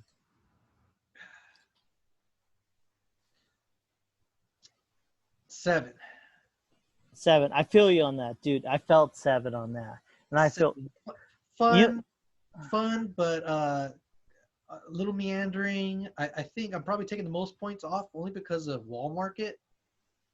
I was in it and I was just like, is this like a DLC that came out after 7, or like a side story? It could have been, right? It felt like it's so much. I was just like, what is this? And you spend so much fucking time there. And you know what's funny is that you don't. It's the fact that you felt that. And I have to say, I didn't feel like we spent that much time in Wall Market, but the fact that you said that, I give it validity because I mean, I to me, every part of the game was the same, and even the story, I was like, it's all the same to me. The fact that you said that, I love it because it's like, it's an outsider's aspect of this game because all of the game was the same to me. So the fact that you shat on Wall City, and I didn't like that one cloud part with the dancing. I really didn't like that. That's where I give it up. I like your 7. Let's just say. I like self-deprecating humor. Sometimes humor at the expense of the hero, but to endear you to the hero, not that. It was okay. It wasn't. But kudo points. Freaking Hell House. Yeah, that was when shit got real. That's when shit got real. More than I should have. Because the house comes out and it's like, I liked it because it's part of the joke. It was like, we're going to fight people. Oh, but there's no limit on the number of people that you would have to fight against. Oh, they can use dogs. Oh, they can use machines. What the fuck? And then a house. You're like, okay, Then the house transformed, and I'm like, oh shit, this is fucking crazy. What I liked about that was, other than the house, in the original game, you would fight the house, and it would be a big deal. You're like, what the fuck, a house? And it was hard, and it would be naturally you would fight the house. You would fight the house like 30 times. If you got lost, you would fight the house. Oh shit. But in this game, so you didn't fight the house randomly. So you fought the house just in this arena. And when I fought the house, I was like, oh shit, Hell House, right? And then when I fought him, I was like, God damn, this shit is hard. And I have to say, after Rude, the black guy, after I fought him, I'm like, damn, this game is hard. Because up to that point, this game was easy. But when I fought Rude, shit got hard. Then when I fought Hell House, that was rough. That was a hard battle. It was a hard battle. It was a That, long battle. I fought it twice. it was. I fought it twice. I got on the second one. I fought it for more than an hour. And I- anytime I- you I fight okay. something more than 15 minutes, an hour, one Yeah. guy. And I think about the games that I play Ace Combat. When the fuck do you play like Ace Combat for an hour, one guy? You know what I Yeah. mean? I mean, it's unheard of. No. Tekken. Play Tekken. Who's the guy you play for an hour? No, Like any fucking game on earth, you find that plays longer than an hour, a battle. a battle, a fight. Really? Hell House. Exactly. Give me a second. So you said 7, right? Yeah. I give it's weird. You rated it lower than I thought you would. I thought you would go higher, and I love you. No, I give it an 8 because this was I really more, do. For me, it's an 8. This was more like, if I'm thinking about films, like film versus I action agree. movie. I agree. You watch an action movie, it could be fun. It could be, I agree. entertaining and everything. I agree. But you can't really get super, analytical with it. There's not all the traditional good story elements in there, but just enough. I mean, it was enough Okay. to call it a good. Let's go over visuals. How did it look? Oh shit, man! It look good? Okay, so year of 2020. This is the year 2020, COVID, all that. Visuals. I don't know if there in Final Fantasy X. Okay. Um, Which I hope they remake. playing, and there's always this scene that I remember, where Tidus and the girl, was it Yuna? What's her name? Yeah. It's like a nighttime scene, and they walk out to this pond. Okay. And there's all these different lights and stuff, and it was Okay. FFV, Okay. the cutscene. It's when they fuck. Okay, I got you. I just remember, playing that scene, and then my uncles being around me and being like, "That's a video game," It looked amazing, and it was a FMV, right? Then it cut back. Of course. The game still looked good, but that FMV scene, it like blew your mind. As I was playing this game, there was constantly scenes where I was just like, this is fucking awesome. This is the same level of like, wow, this is great to look at as in that FMV. Now, I'm not saying details and textures, right? Because, I mean, personally, I would prefer like Horizon Zero Dawn, Red Dead Redemption 2, shit, even The Witcher. We're talking visuals, though. Like, Yeah. honestly, I'm going to smack you in the face for thinking that Red Dead Dawn was just as good as Final Fantasy. Final Fantasy prides itself on art. No, I'm not disagreeing here. What I'm saying is that the way that the visuals were presented and how good that they looked in HDR, yeah, I would rate that 10 out of 10. I mean, I can't think of much that looks better, but I put it right up there with when I first saw Horizon, when I first saw Red Dead Redemption 2. It is the cutting edge of how a game can look. I don't know if they can make them look much better on the 4 Pro. What are you getting at? I'm getting at that I really like the visuals. I thought No. This. You talking about the visual? You talking about the design part of the visual, the or look of the game? When you say Red Dead Redemption it doesn't look anywhere near Final Fantasy 8, 9, 7. Well, okay. So Red Dead Redemption looks more true to life, like you're out there in a forest. Okay. But this is putting you in that world, though. Final Fantasy VII Remake puts you in the world of Midgar. Okay. I felt like I was somewhere that I've never been before. Okay. But not in a way where I was like, I'm obviously looking at something fake. No, this was another environment. Down to the people that are the NPCs that are kind of just standing around reacting to what just happened. Okay. And maybe even saying something to you. Okay. I thought the visuals were excellent. I mean, In comparison to Red Dead Redemption? Well, because okay, are you talking graphics? Visuals meaning how does it look? The I thought it game looked itself. awesome. I thought it looked awesome. There was so many scenes where I was just like hitting the share button, dude. Just like wanted to capture these moments and save them. So, all right, how about the character design? I thought character design was really good. I really liked the take on Tifa over what they did in Advent Children. Okay. I was looking at them side by side. Tifa's face just looked like kind of stretched out to the sides, and this one they narrowed her out. It felt like I was playing Advent Children, which was cool. I mean, Okay. that I thought that was, fun.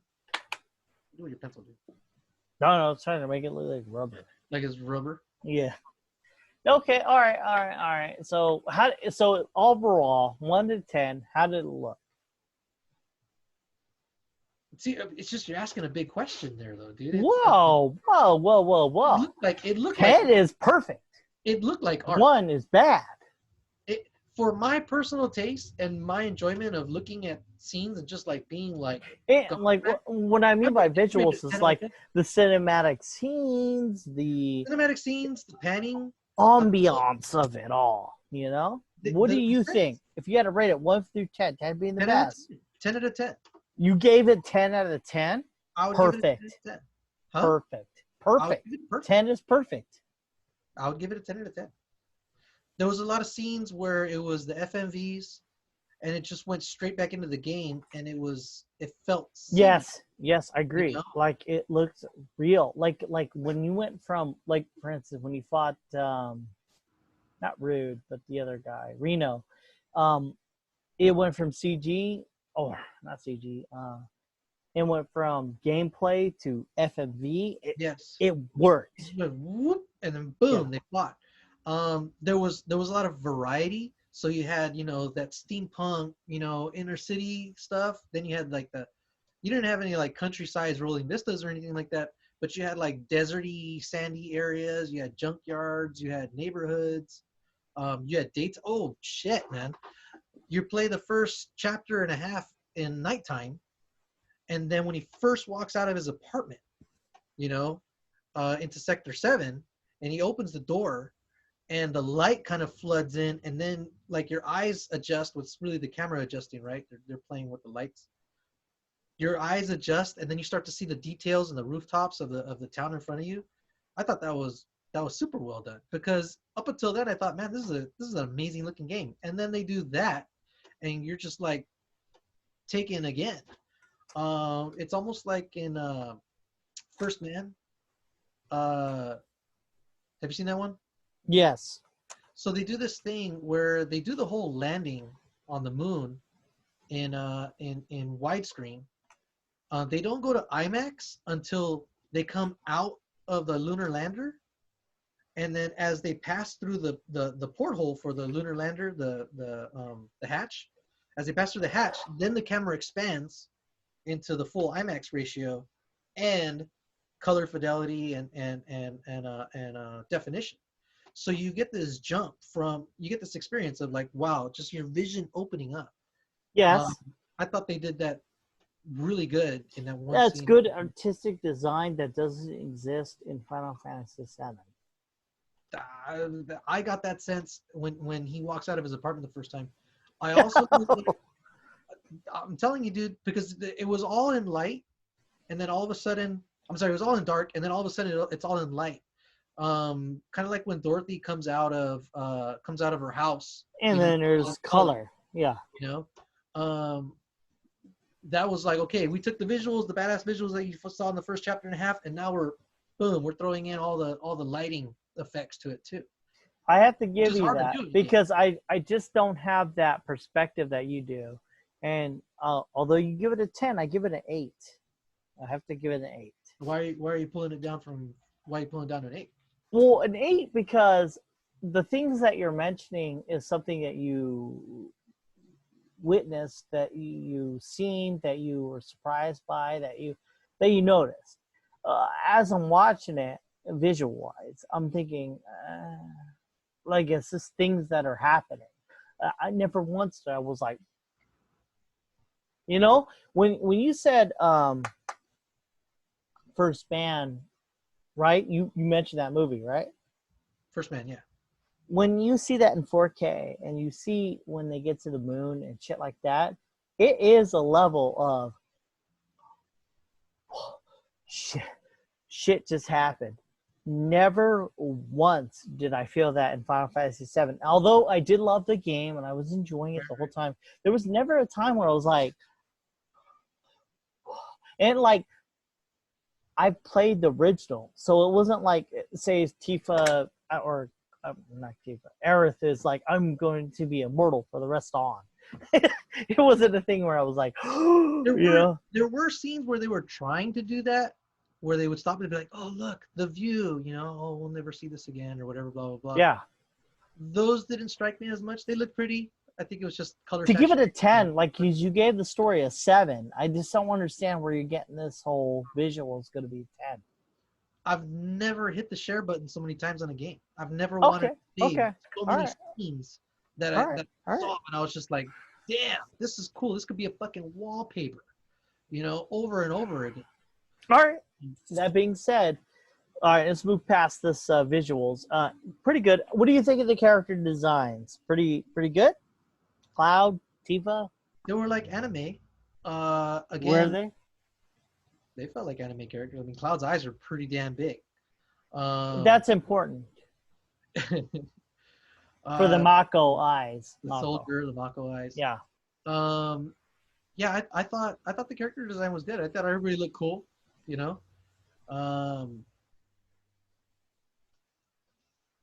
Again, I had seen Advent Children, so it was fun to see that kind of design language being applied in this game. I'm wondering if they hadn't done Advent Children, would design have been the same in this game? I'm wondering how much they leaned on the look that they developed for the movie for the game. Well, obviously, because the technology moved forward, right? So it would make sense that. Yeah, but you look at the designs. You look at the designs that they used in '97. Oh, yeah. I mean, right. Of course it'd be different. You could have gone in a lot of different directions. Of course. But like, no. It makes sense that Advent Children to this game would look like this. I mean, when you're comparing to something from 30 years ago, I mean, get the fuck out of here. No, but okay, it's just there's you could increase the level of details, but would Cloud have been like short with Popeye arms again, or could they have made him just a sleek, athletic? No. Cloud did not have Popeye arms when he was a FMV. When he was in battle mode. No. Yes, when he was in battle mode. But the goal was to make him look like FMV. And FMV, he had skinny arms. Okay, but again, they could have picked one or the other. And no, they didn't want Popeye arms to begin with. It's obvious that. Even in FMV, his face is more round and this and that stuff. It's sharper now. There's a lot of directions they could have gone. In kind of like fine tuning what the original FMV look was. I like where they ended up. I agree with you. You didn't get any arguments from me. I mean, they didn't want him to look bulky at all, because like when you see the FMV is what they created to be the best version of what they wanted it to be. He had skinny arms. Yeah. I mean, naturally, this game makes the normal gameplay better than any FMV they could come up with. But so much so that it's better than Advent Children, the movie, which they put so much money into. And believe it or not, the director of that, I think, is the same guy who made this game. Tetsuya, fuck is his name? Tetsuya something. Fucking Tetsuya something. Kingdom Hearts guy. All right. Whatever. Back to visuals. Where are we at? 1 to 10. Where are we at on visuals?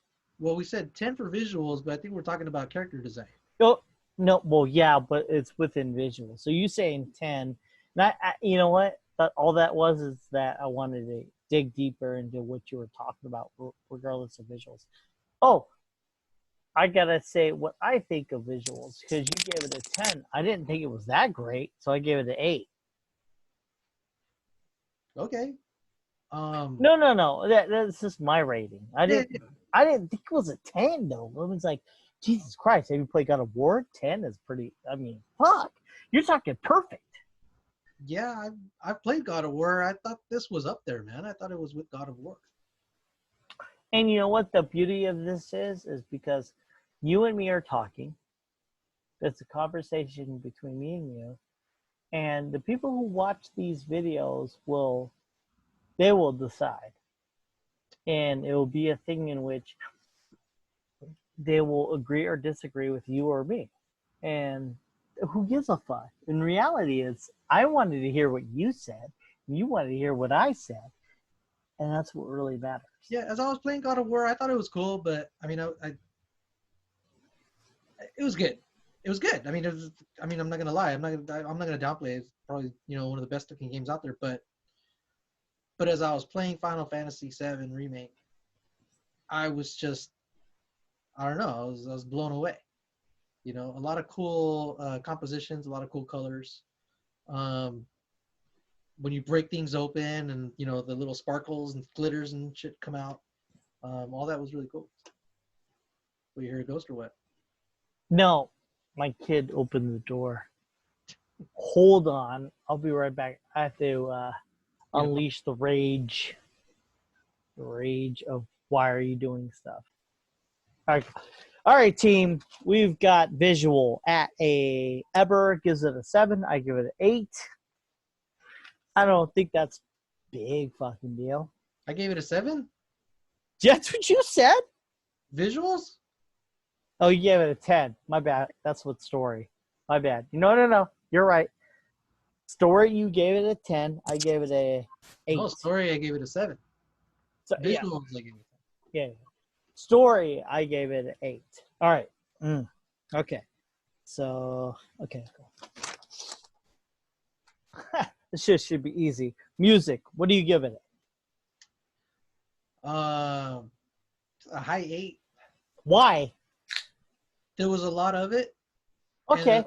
What's the favorite song that you have?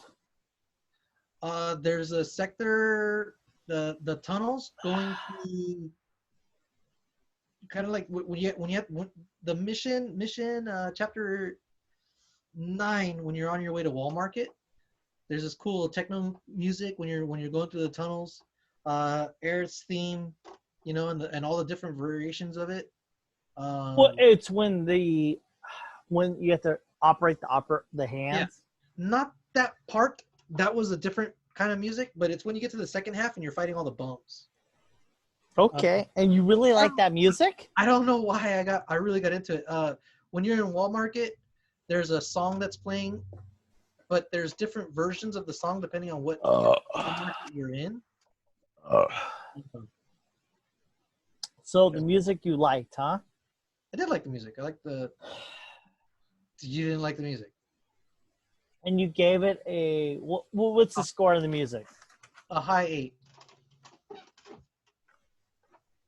And really, the main song that you remember the most is the one where they're going to Walmart. That was the one that I like fighting to. I like hearing it. The Hell House music was fun. There's like escape music that kind of gets you going too. My only disappointment was that sometimes when you're trying to escape, you're also trying to make sure that you explore every little nook and cranny of an area. And the music's like getting you. It's like go music. It's like go, escape. You're like, I know, but I gotta find everything before I leave this place. All right, I give it a 5. Oh shit. Well, it's because the music's okay, but there's nothing where I'm like, overall, there's nothing that grasps me. Okay, for instance, forget this game. Final Fantasy VII comes out, right? And everyone is all about 2 songs. Aerith's theme song where she dies. Dun dun dun dun dun dun. Like that's a big one. And then there's of course Sephiroth's song where he dies. Well, actually he does die because I kill him.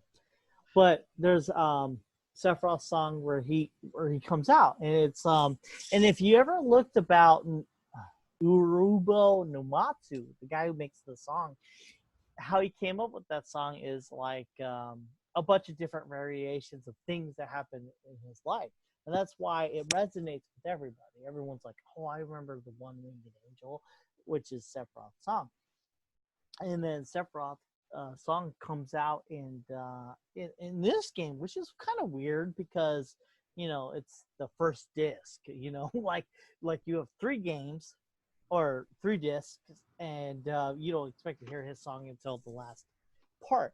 So Rubo Namatsu makes this fucking Sephiroth song, and it's in this game. It's kind of weird, and I don't care. Like, if you played this game, say this game doesn't exist, and you wanted to play Final Fantasy VII, this game, right? Say it's the whole game. One Winged Angel would be at the top of your list, but we're not talking about that. We're talking about this game, and it's One Winged Angel comes out, and that's supposed to be the crux of all of Final Fantasy VII. It really is. I don't care. Aerith's theme comes out. I don't care. So from my point of view, there's not a song that grabs me.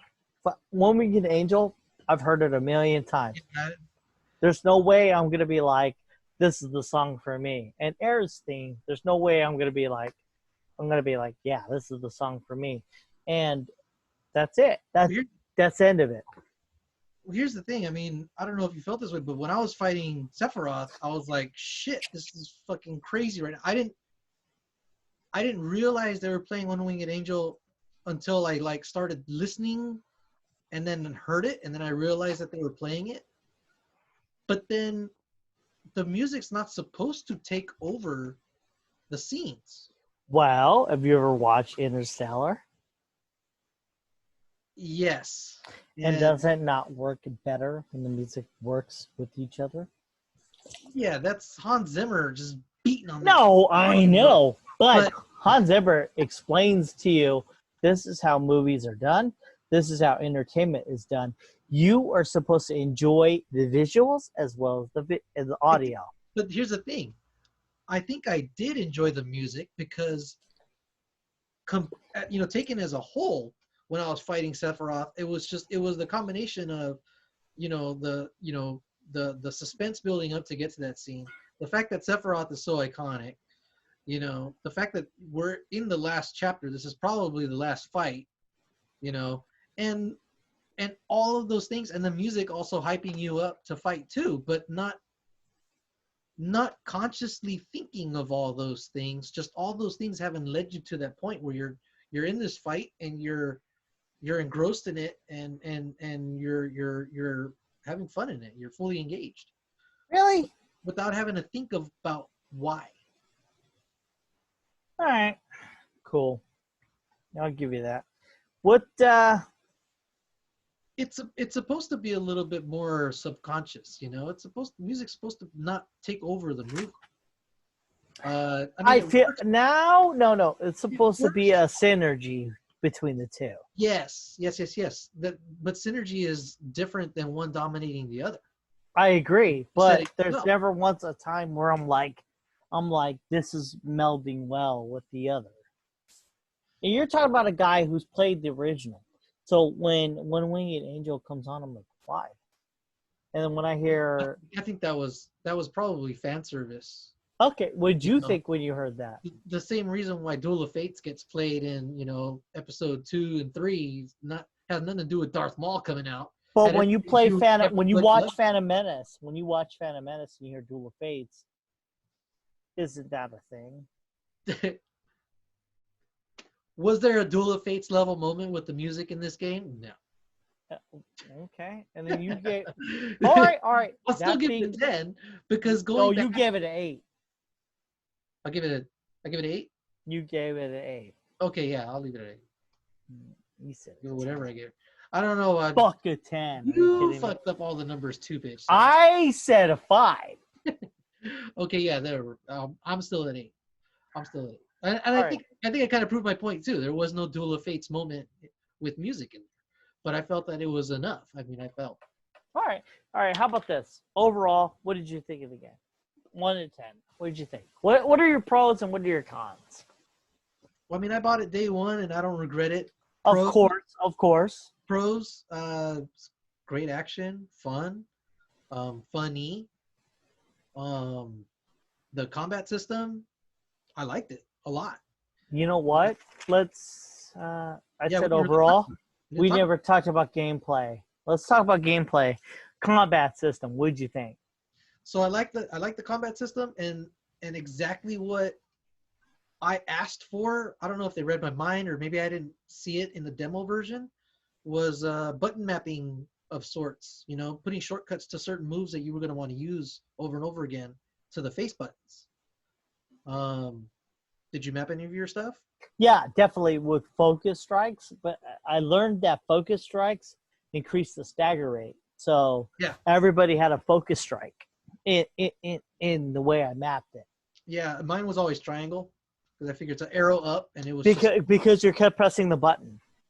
just Triangle and square were my go-tos. yeah, triangle to switch And to X and circle were my big ones. yeah, triangle to switch to Punisher mode, and then Yeah, square, square. because you couldn't do infinity end with like square or triangle. No, Because I didn't want to because it, accidentally yes, because use it's two ATB bars.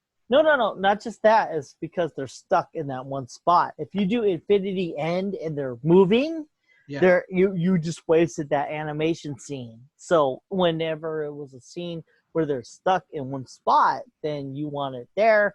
That's why you have X or circle. yeah. Well, circle, I did his triple strike. Okay, where? Where Triple strike is I use the most. yeah, that one was the one I used for like the lower level enemies just to get them done quick. Yeah. That's the one. I thought that was cool. But those were my two big ones that I had mapped. Okay. Okay. But I like that. I like the I also like that when you stop to select a move, the other characters are still in motion. Even if it's super, super slow, there's still a sense of don't take your time. This is not pause. Cool. You know, this is not pause. This is you thinking really, really fast. Okay. But shit can still go south if you decide to take too long making your choice. All right. It was some times where I hit X to try and do a spell, and I didn't know I was a few frames from getting smacked. So I would get smacked out of that screen. That was cool. That aspect of the game where you can go to attack with the ATB's skill, and they stop you. Yeah, bullet time. Oh yeah. That they would interrupt your move. Yeah, I thought that was good. Yeah. It added to the gameplay. Yeah, it wasn't like Miguel from Tekken where he already started his move, and if you hit him, you're gonna die. Yeah, I know, right? You know what though? Overall, my one problem was the lock screen. You couldn't. Sometimes I'll lock onto an enemy, and it'll lose lock. Yeah.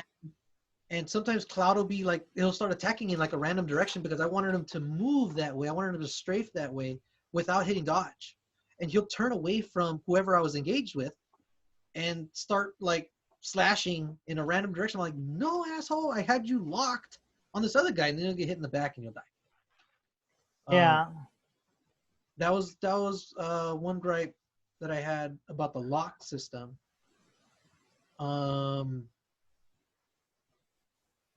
But other than that, I mean, I played a lot of Dragon Age, and I got the customization that I got in Dragon Age. I got it here.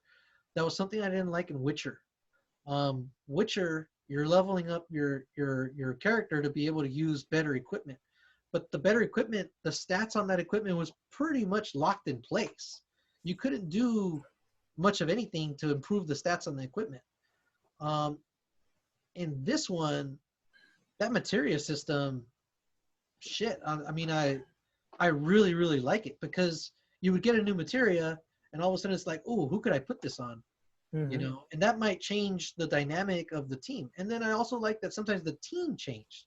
and it forced you to develop a character and maybe think about what kind of material would work with just these two characters or these Yeah. three characters or just a character by themselves.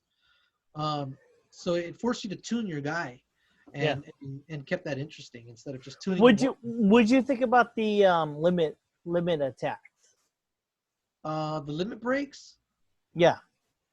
I still haven't figured it out, man. Do I have to let them hit me while I'm blocking to build my limit bar? Well, the limit bar builds up as you get attacked. So, what do you think, though, in general? What my problem is, I dodge a lot, so I never use my limit breaks.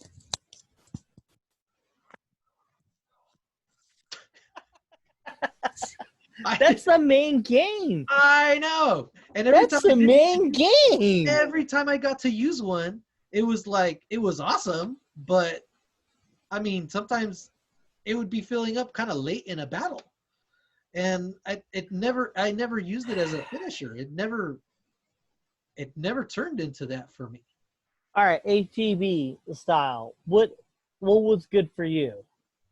What do you? ATB gives you the ability to cure and brave, focus strike, things like that.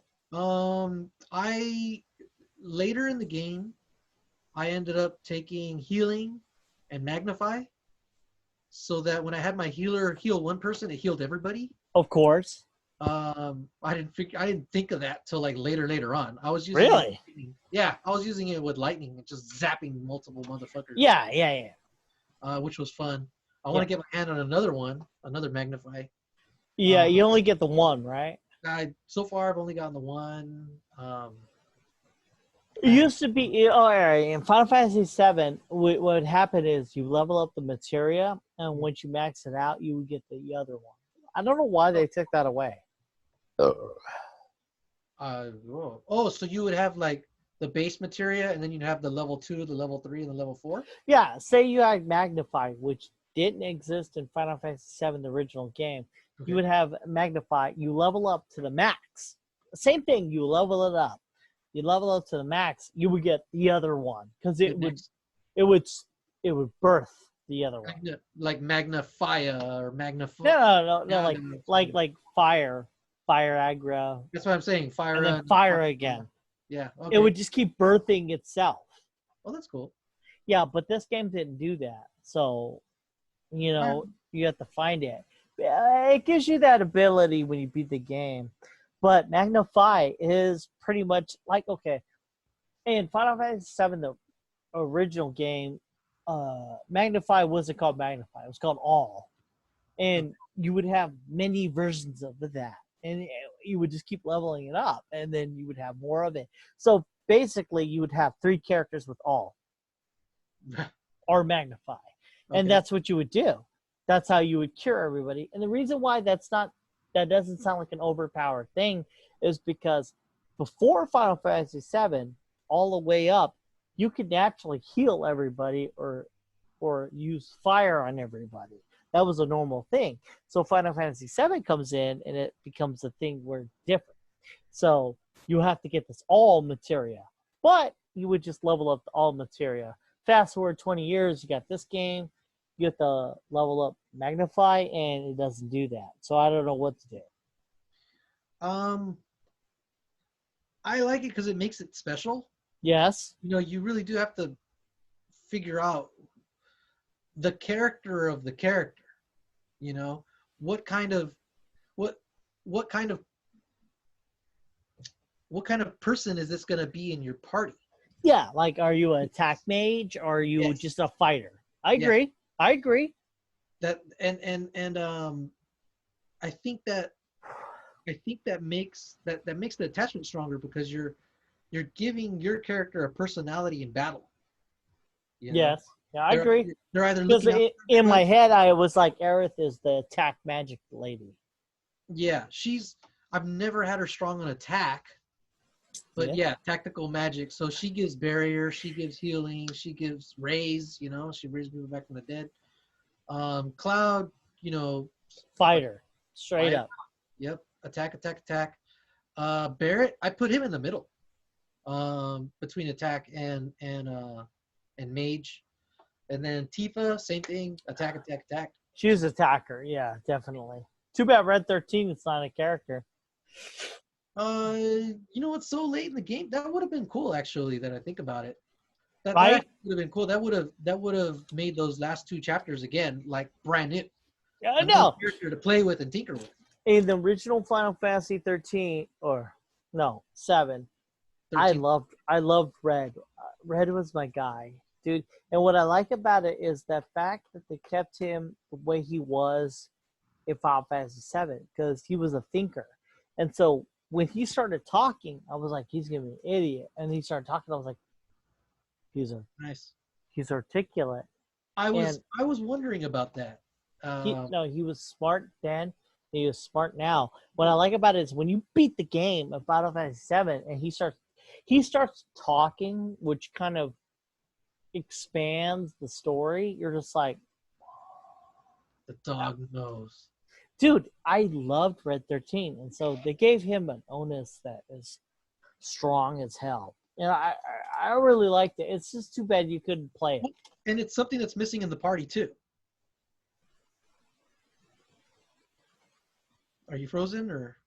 No, what do you mean? There's nobody else in the party that's like that. Smart? Wise.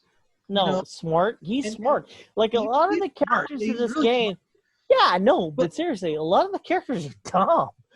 Red 13 always came across to me as smart.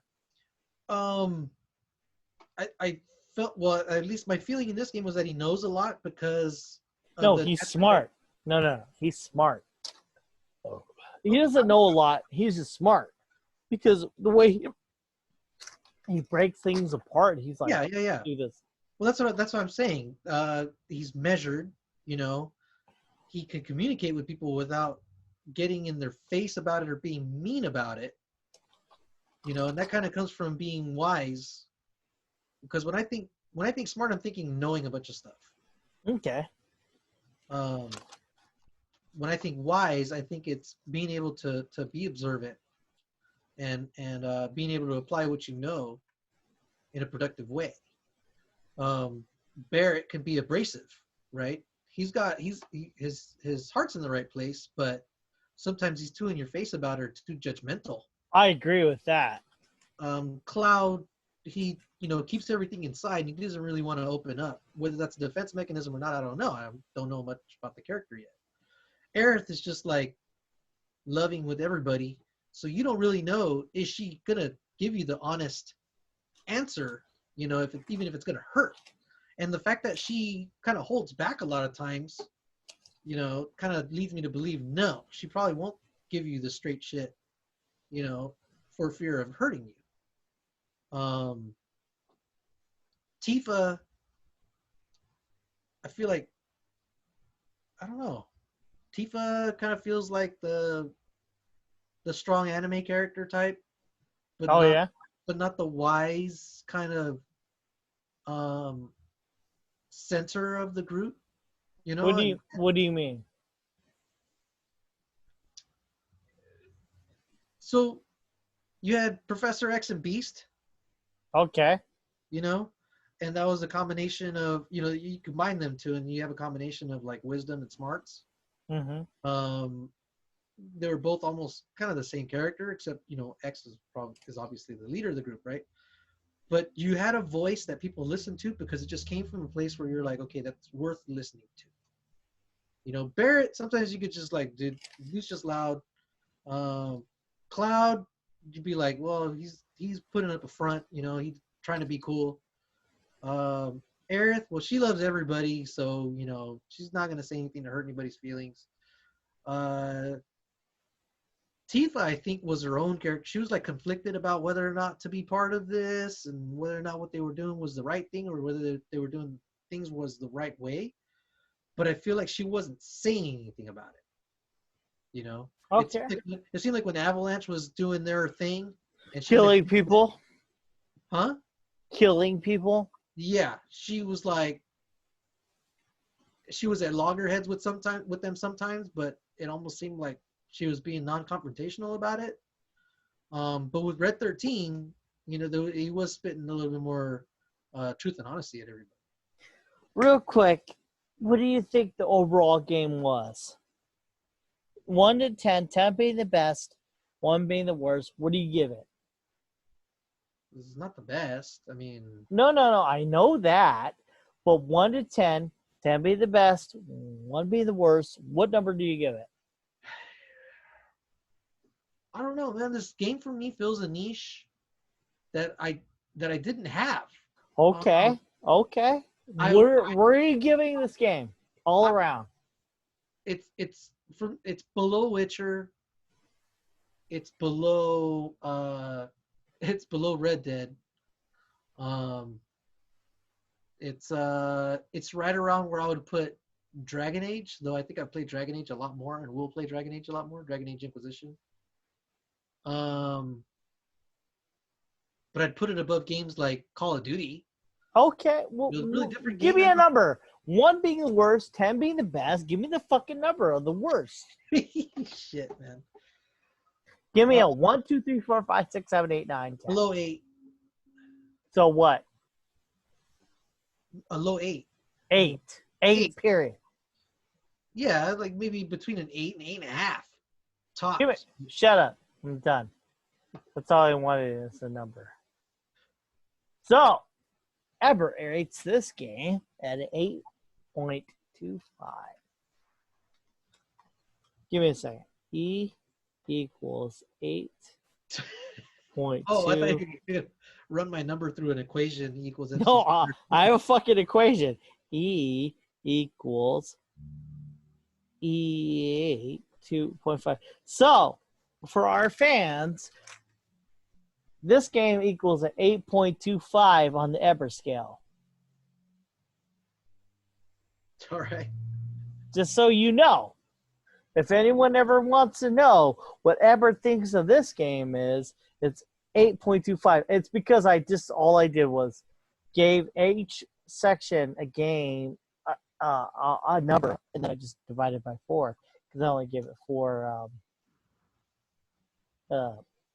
points of story, music, gameplay, and then overall.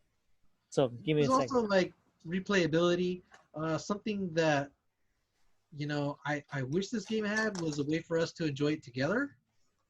What do you mean? Some kind of co-op mode, How would that work, co-op mode? So certain chapters you have more than one character, right? A lot of times you're by yourself with Cloud. But if you could invite somebody else to play as Tifa with you, that wouldn't make sense. Why not? Story mode.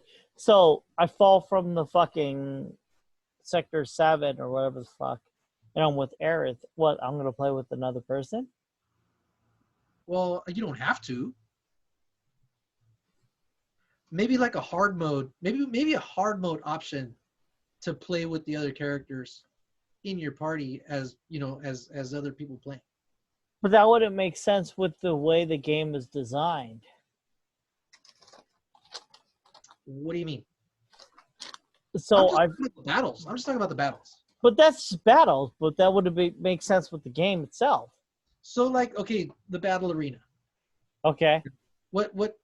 There's not much story going on in there. I'll play as Cloud, you play as Aerith, and let's go in there and fuck some shit up. Yeah, but that's just something we're doing. Yeah, but it's something we can do together. And it's something that you could do. Let's say I'm playing Hell House and I'm just like, man, I need my homies with me or something, because I can't control 2 characters at once. No, I agree, but that doesn't increase the fun because we're just playing a game. Because this game doesn't lend itself to like a perpetual world where it's not a game where we're all working together like Call of Duty. We're all working together to a common goal. But this is more of we're playing through the story, basically, right? We're playing a game where there's a story and we're deciding whether or not we like it or not. Yeah, but I still think it would be fun. What was the number that I gave you? What was the number that I did? I did the math. 8.25. 8.25? Yes. All right, cool. Got it. All right, cool. All right, what were you saying? I don't know. It'd be fun to like experience some of the game with you guys, and like talk about it with you guys in We real, are. We are. but in real time as the game is being played. Or That's maybe tough. maybe That's that's for tough another because game. this game doesn't exist in that way. Yeah, that I get it. I understand. There's no way to make it a fully co-op experience, start to finish. But I'm just thinking like, hey, I'm about to go fight Hell House. You want to jump in, take on, play as Aerith or play as That's a something. different kind of game, though. This game is supposed to have beginning, middle, and end, and it's supposed to be a story throughout. And Yeah, then you play it, and then you watch your movie, Guardians of the Galaxy, and I watch my movie, Guardians of the Galaxy, and then we compare notes. yeah, but we could do that in 2 hours and then come back. But I don't know. I think it'd be fun to play a fantasy game, and I don't think it'd be too hard. The VR missions or the VR stuff like that, especially have it be like an unlockable thing in hard mode. That way you do experience the story first once through without your friends in your ears, and then you go back through the hard mode, certain chapters that, where you have somebody with you. I agree with you, but that's just not the way the game is made. The game is made to have a story for beginning, middle, and end.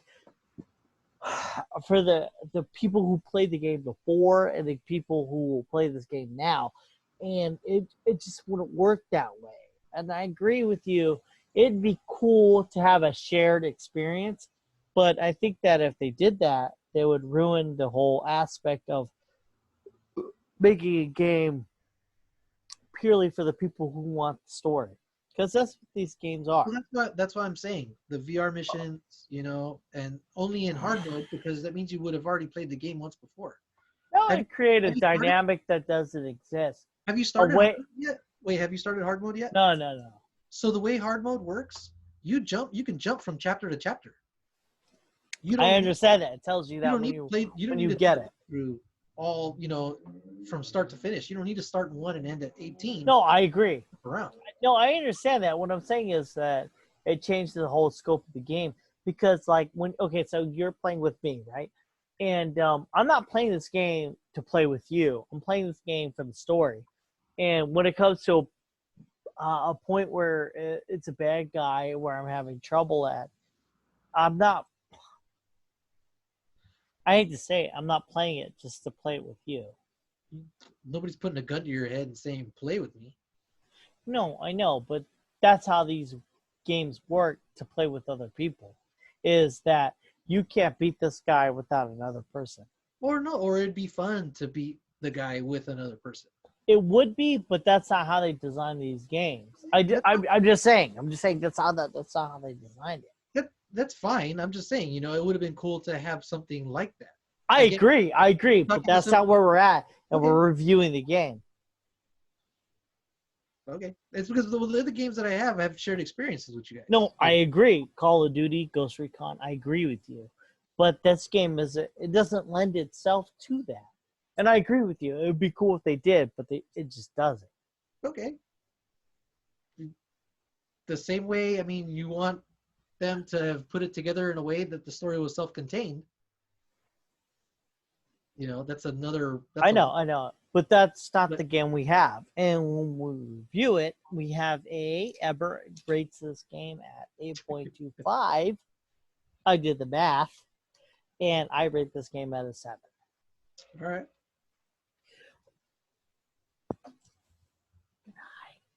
Is it the ghost again?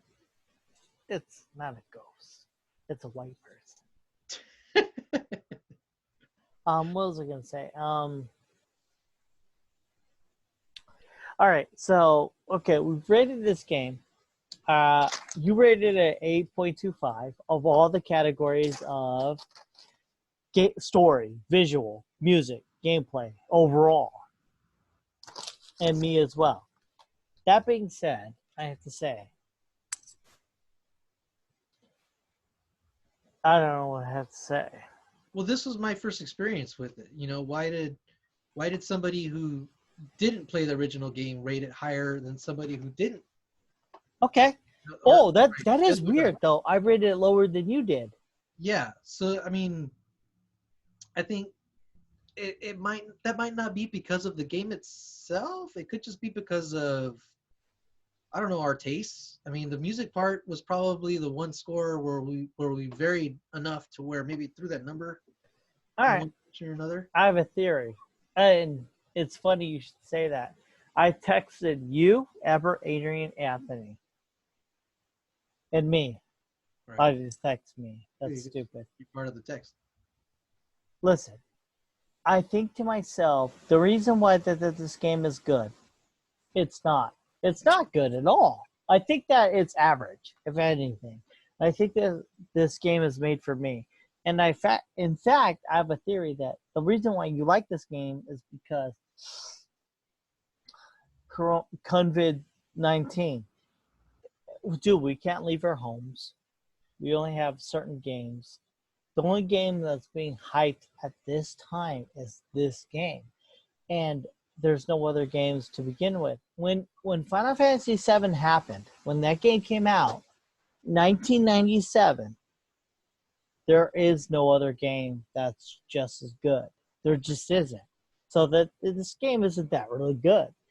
So it built up this fan base. And then 2020, this game comes out. What game came out? And that's why I texted you the way I did. I said, what game would it take for you to be like, oh, what's the best game ever? You said Overcord, First Order, whatever. That game did come out. You know what game came out in 2020 of April? It's Final Fantasy VII. There's no other game that came out. That is the only reason why it's famous. That's the only reason why it's good. I was playing The Witcher, man. I was, of course, neck deep in that shit. And yeah, but COVID-19. I haven't finished. No, I started playing it before. No, but it's COVID-19. Think about it. You have no other. Dude, you're okay. You got okay. Say COVID-19 doesn't exist. You have to go to work. That means you physically have to drive to a place, work. 9 hours later, come back, drive to your home. And now it gets to a point where you have to focus on what you want to do. You want to watch a movie, you want to play a game. You don't have much time because you have to go to sleep and repeat the cycle. Final Fantasy or Witcher. Witcher is the only thing that you had at the time. But Final Fantasy 7 comes out.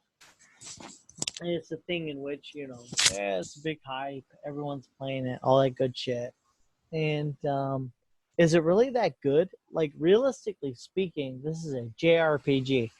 There are thousands of other role-playing games that come out every day, every year.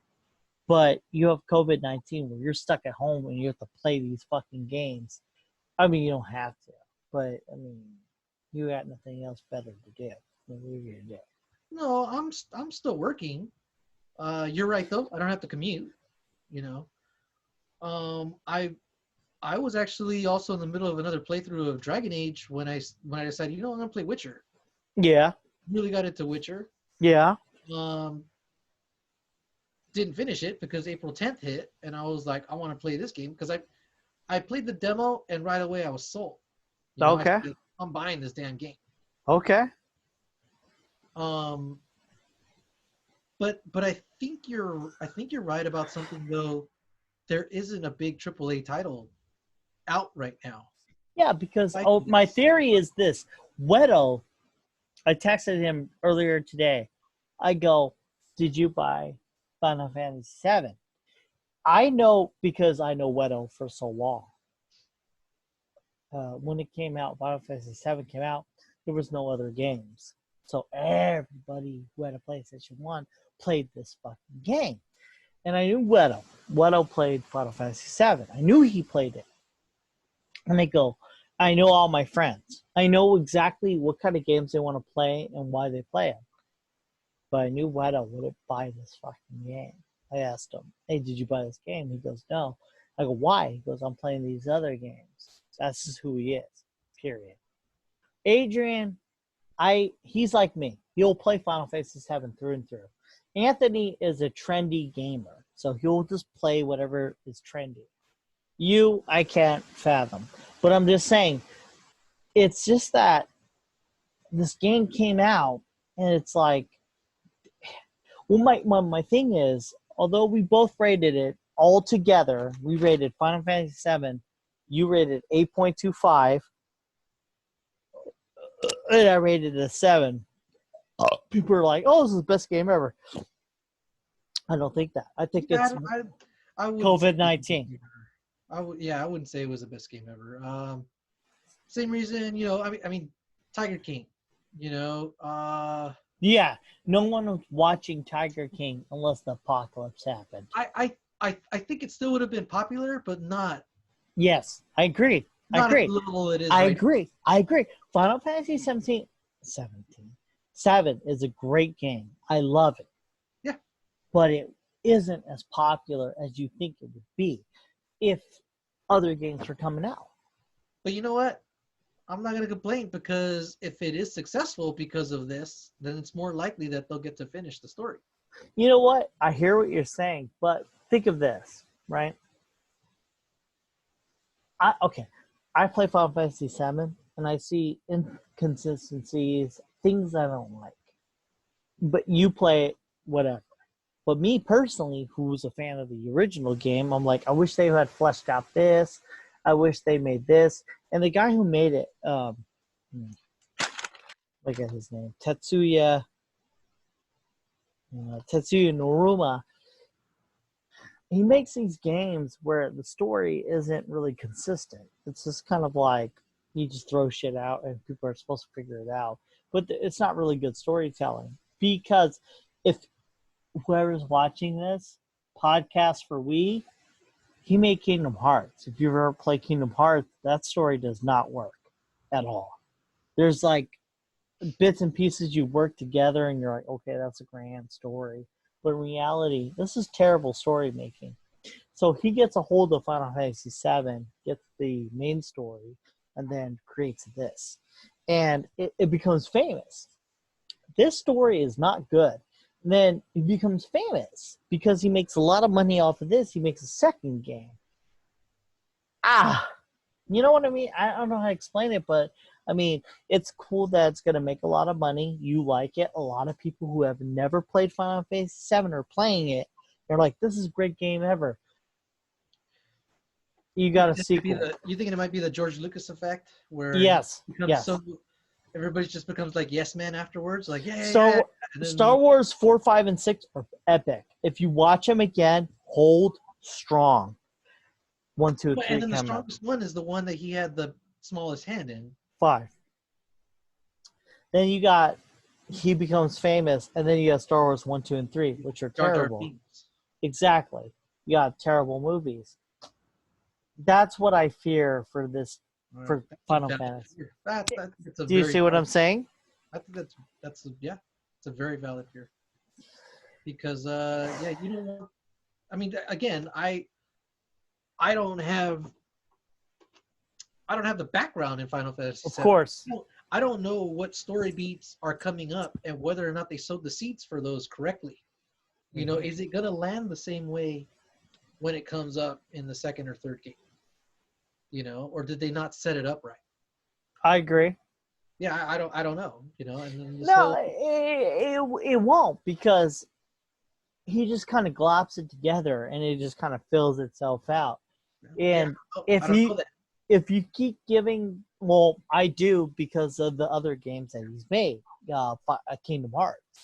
I mean, if you were to play, if it becomes famous enough where he gets the money to make a second game, it would be a bunch of convoluted story that ends the same way as the second one.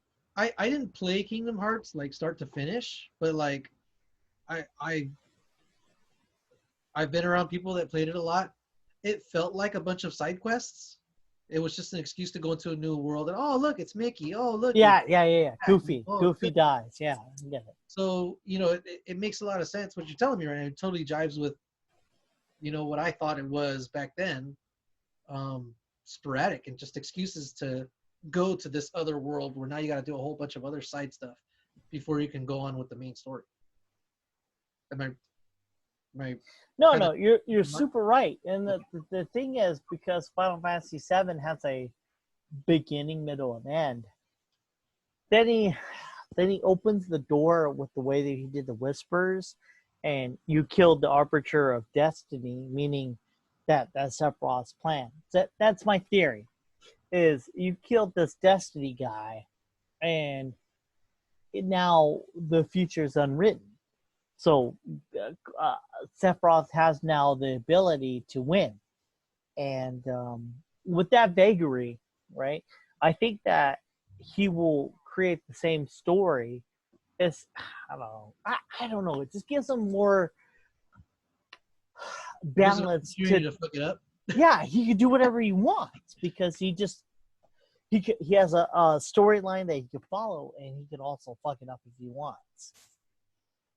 What would you rather they do? Would you prefer that they stuck to the original story as close as possible? And that's where you fucked me over because, yeah, I don't want you to follow the story because when I said in the beginning is, I mean, the fact that they opened up this door, it's like the thing that I've been longing for, the tragedies of the past. The opportunity to go back and fix it. Exactly. And I mean, fuck you. Because you gave me that stability. I don't know, man. I don't know what to feel.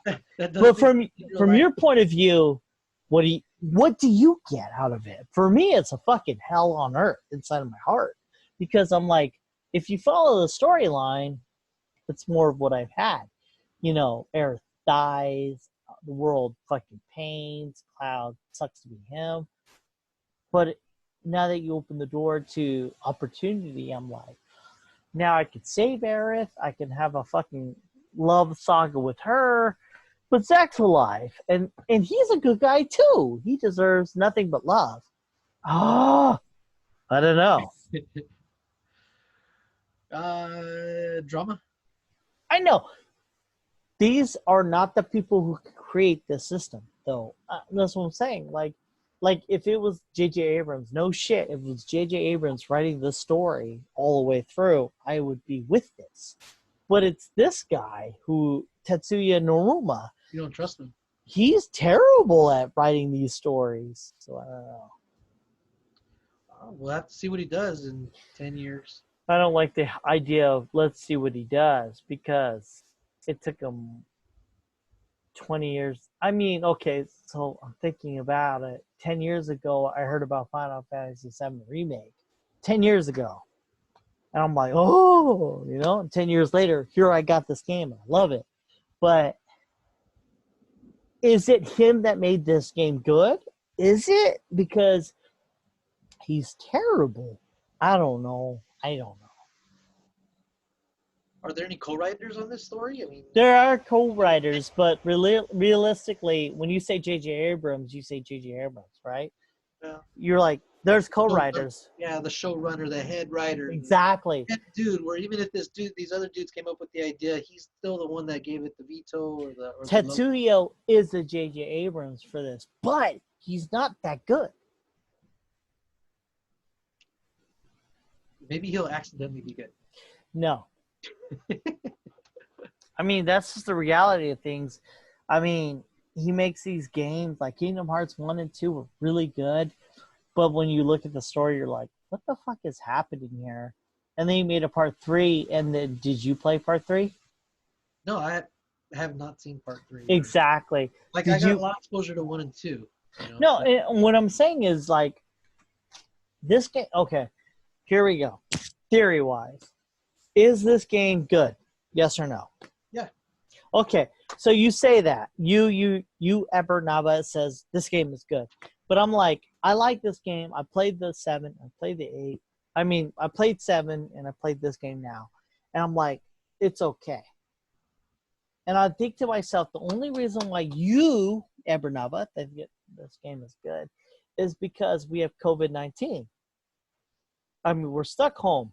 And there's no armored. Wait, what did you say? Games you if I could bring back a game from back in the day, Armored Core. Armored Core or Ace Combat or some remake. You aside, Wedo. Wedo's another one of us. He says he wants to play Metal Gear Solid. He won't buy this game because he wants to play Metal Gear Solid. He would rather play the games he's playing now. But if a Metal Gear Solid remake came out, he would play that hands down. You yourself said if it was an Ace Combat or Armored Core, you'd play that. And that's what I'm saying, is because this game isn't good because it's good, although I do like it. It's only because of the scenario that we're in. We're in a scenario where we have to stay home, and there's no new games coming out. Like if this game came out and Armored Core came out, and Anthony was talking about it, and I'm talking about it, fucking Adrian's talking about it. Guess what the fuck game you're buying? Probably that. Exactly. So is Final Fantasy VII really a good game? No, I don't think so, because when Assassin's Creed came out, Assassin's Creed 4 came out on PlayStation 4, I argued with all of you. I said, that game is good, but not as good as Assassin's Creed 3. This game is a piece of shit. I guarantee that after Assassin's Creed 4 comes out, Assassin's Creed 5 or whatever the fuck game they come out with, you're not going to play it. They're like, nah, you're fucking bullshitting me. You're stupid. Blah, blah, blah, blah. It came out and no one played the fuck out of Assassin's Creed Origin. Is that Odyssey? Is that one you're talking about? Origin. Odyssey is the second one. Yeah, I've never played any of them. No, I know. I know. What I'm saying is when people played Assassin's Creed Black Flag, they were like, oh, this is the best game ever. And I go, bro, there was like 50 Assassin's Creed games. You're just playing this game because there's no other PlayStation 4 games. And they're like, no, bro, Assassin's Creed 4 is the truth. You don't know what you're talking about. I'm like, no, bro, I played all of them. And I'm telling you that this game is average, if anything. Assassin's Creed 3 was better. They're like, no. Then stop. Assassin's Creed Origins comes out. Assassin's Creed Odyssey comes out. I don't hear anything. And that's a reality. So Final Fantasy VII comes out, right?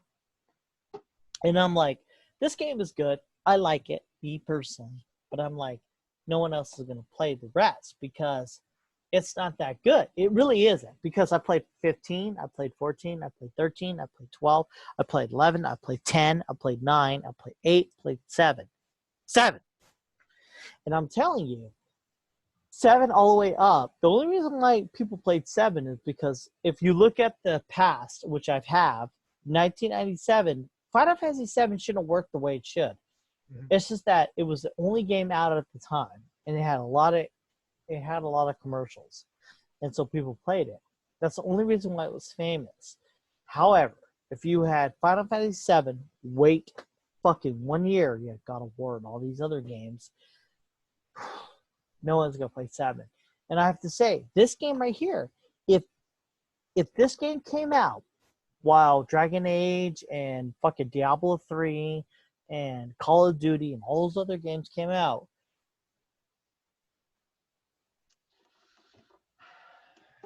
yeah, there's not much on the release schedule right now. Because really, what did you play?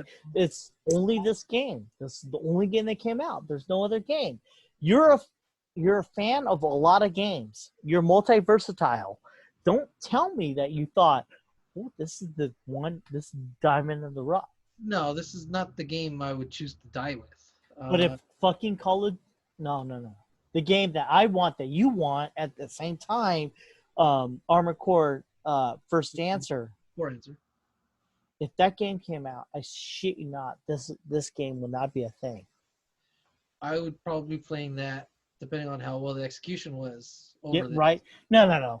If they copied the same game, you and I would be having a conversation about this game because that game was that good. Final Fantasy VII is good. I fucking love it. I played all the Final Fantasies from fucking Game Boy and on. But I'm not kidding you. If you Call of Duty First Answer, not Call of Duty, Armored Core First Answer, that comes out and Final Fantasy VII come out, what are we talking about? You and me. I mean, I would probably do the story for Final Fantasy, but No, no, I'd be swimming in no, in no, some no, Call no, of Duty. It's a no. Shut. No, no, no, no. You and me would be talking about Call of Duty. I mean, Armored Armor Core. Core. Yeah, I know you Armor Core is way thousands of times better than Final Fantasy could ever be. Dude, anytime, fuck yes. Dude, anytime you can adjust the character to move dash left and right, and the story is better. It just is. It just is. You could also pick different paths in that game too. Regardless, say no paths. Say one path. You're still good. You're still good. That game is better. That game is better. Well, there's replayability. You know, there's yes. Fuck replayability. The idea of creating your own mech and doing their own things in real time is way better than any fucking fun. Okay, look, Final Fantasy VII was cool because you could create materia, link it, and do some things. But fucking call it Armored Core, you're able to dash left and right, do weight, attack, increase speed. I mean, dude, there's so many levels to it, and there's a story to it that works. Okay, so this game, I'm gonna try and get the platinum, you know, and I think that has to do with just us not having much else to do, right? But if you had more games, this wouldn't be a question. The platinum list looks pretty easy, you know. Yes, beat these things, get these things, get these things. Yes. One that's kind of tricky. It's to get all the dresses, but whatever. Yeah. And that chapter's fucking long. And it's the wall market chapter. Yeah. The party. I mean, honestly, I think after I platinum it, I'll probably never play it again. Unless the sequel comes out. Now, it's funny. If you platinum Armored Core. Here's the thing. No, that Armored Core, I did everything in that fucking game, and I kept replaying that game. No, but if you platinum Armored Core, what are you gonna do? Keep playing Armored Core. Exactly. I know. That's what I'm getting at.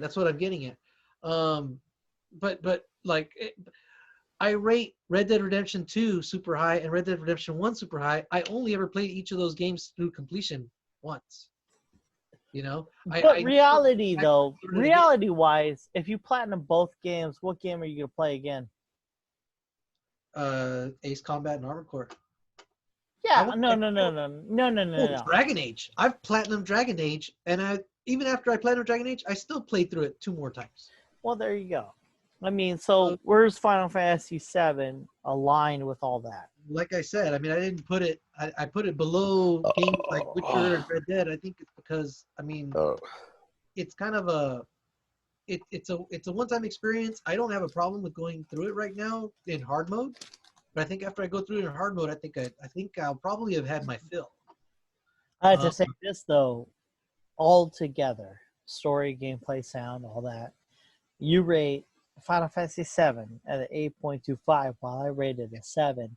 No matter what the fuck you say, whether you play it again or not, you, without even understanding what you're doing, you broke down the game. You rated it at an 8.25. All right. And I rated a 7. You could say, yeah, I'd play that game again over Final Fantasy or Red Dead Redemption, but no shit. At the end of the life that you live, it's 8.25. Yeah, I mean, in my library, I mean. No. You say no. You don't understand. You can. That overall number isn't a thing you came up with. It's after as you break it down. All I did was I broke down each part of the game, and I was like, okay, what do you think of this? What do you think of this? What do you think of this? I added those numbers divided by the number of things, and you still think it's 8.25. Well, Armored Core, know this shit. You would play that shit way over 8.25. I'm just saying.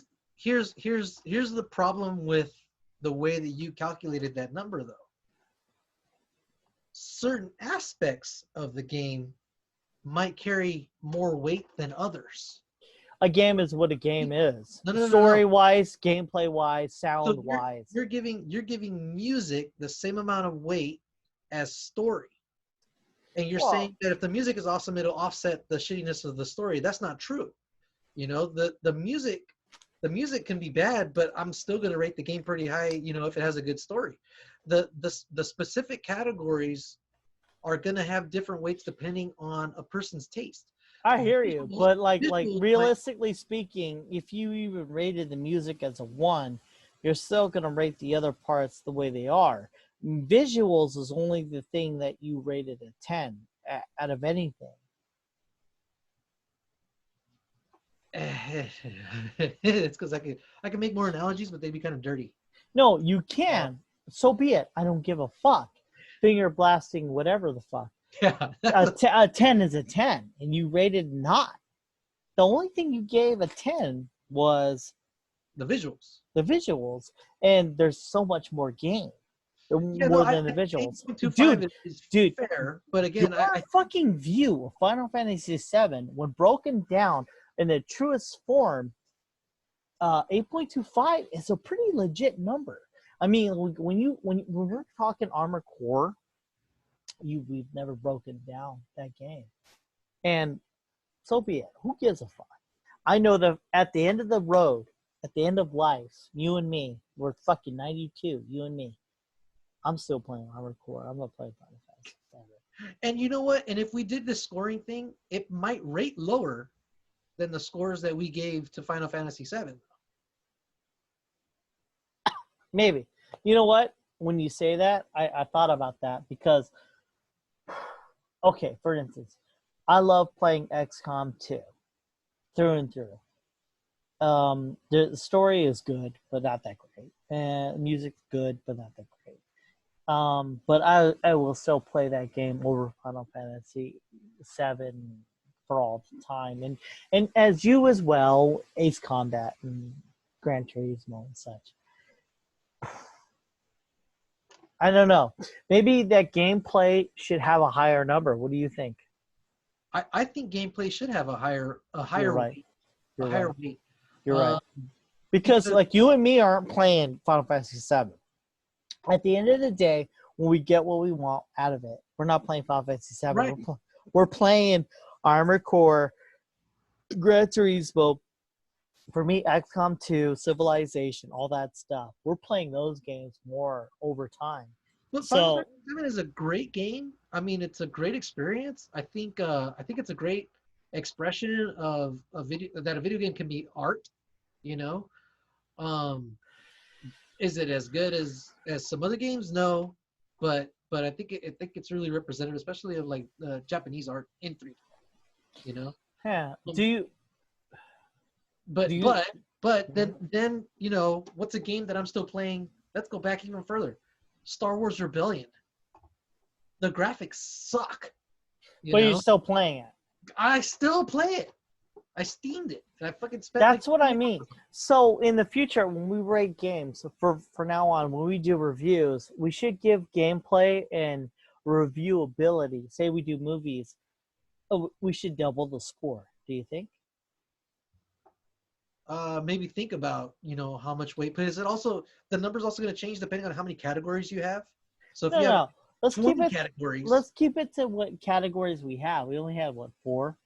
I mean, you could add as many categories as possible, but reality is... Then yeah, I would double it. You could double it. I think doubling it would make it more even, right? Yeah, it would give it the weight of 2 categories. So it's like, you could still assign it in 1 through 10, but it would be twice. Yeah, because like I mean, really high or really low. I mean, you're playing Rebellion. I'm playing XCOM 2, and it doesn't have as much weight as all the other categories that we have. This game could have had the visuals and the music and all that stuff, but man, if it was like frustrating to play, if it was like way too fucking hard, if it was super Star Wars, you know, and just like impossible to play through and frustrating and aggravating and just fuck this fucking game and the battle system sucked.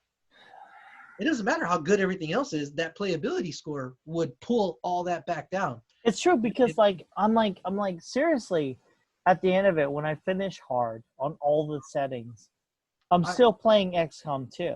I'll probably never pick up this game again. Yeah, so maybe triple? I think double might be enough. Because we're rating the game on how we perceive the story, the gameplay, sound, and all that. But in reality, it cracks down to what we play. Because I'm playing XCOM 2. Seriously. Well, And XCOM 2 doesn't have good music. It's more about the gameplay. what you could do, have us rate the games by your different scores. Because you did the same thing that a lot of game magazines do. They assign equal weights, right, to different aspects of the game, which meant that music is just as important as visuals. It's just as important. Which it's not. It's Which not. is not. It's fucking not, right? That's So why how important is gameplay? Because really, this cracks down to it gameplay. has to be super important. Look at Tetris. Yes. People are still playing that shit. So how important is gameplay? 2 times more or 3 times? That's what I'm saying. You would take all of our scores, and then you would kind of like do the calculation at twice or 3 times. You know, you don't have to rescore it. You know, you don't have to ask us over and over again. You just experiment with different weights until it starts to look right. Then you have us rank the games that we have in our libraries. You know, you have us pick the top 3 games, the bottom 3 games, and the middle 3 games. All right, no, that doesn't make sense because you got Final Fantasy VII. I love it, but you got Armored Core Answer 1. I'm playing Armored Core Answer 1. Okay, so you're saying that you would play that one more, so you would put that one just above it. Yeah, but that's only because of the gameplay, not the story. Yeah, it would take some numbers. No. So I have a theory. No, you're conflating it.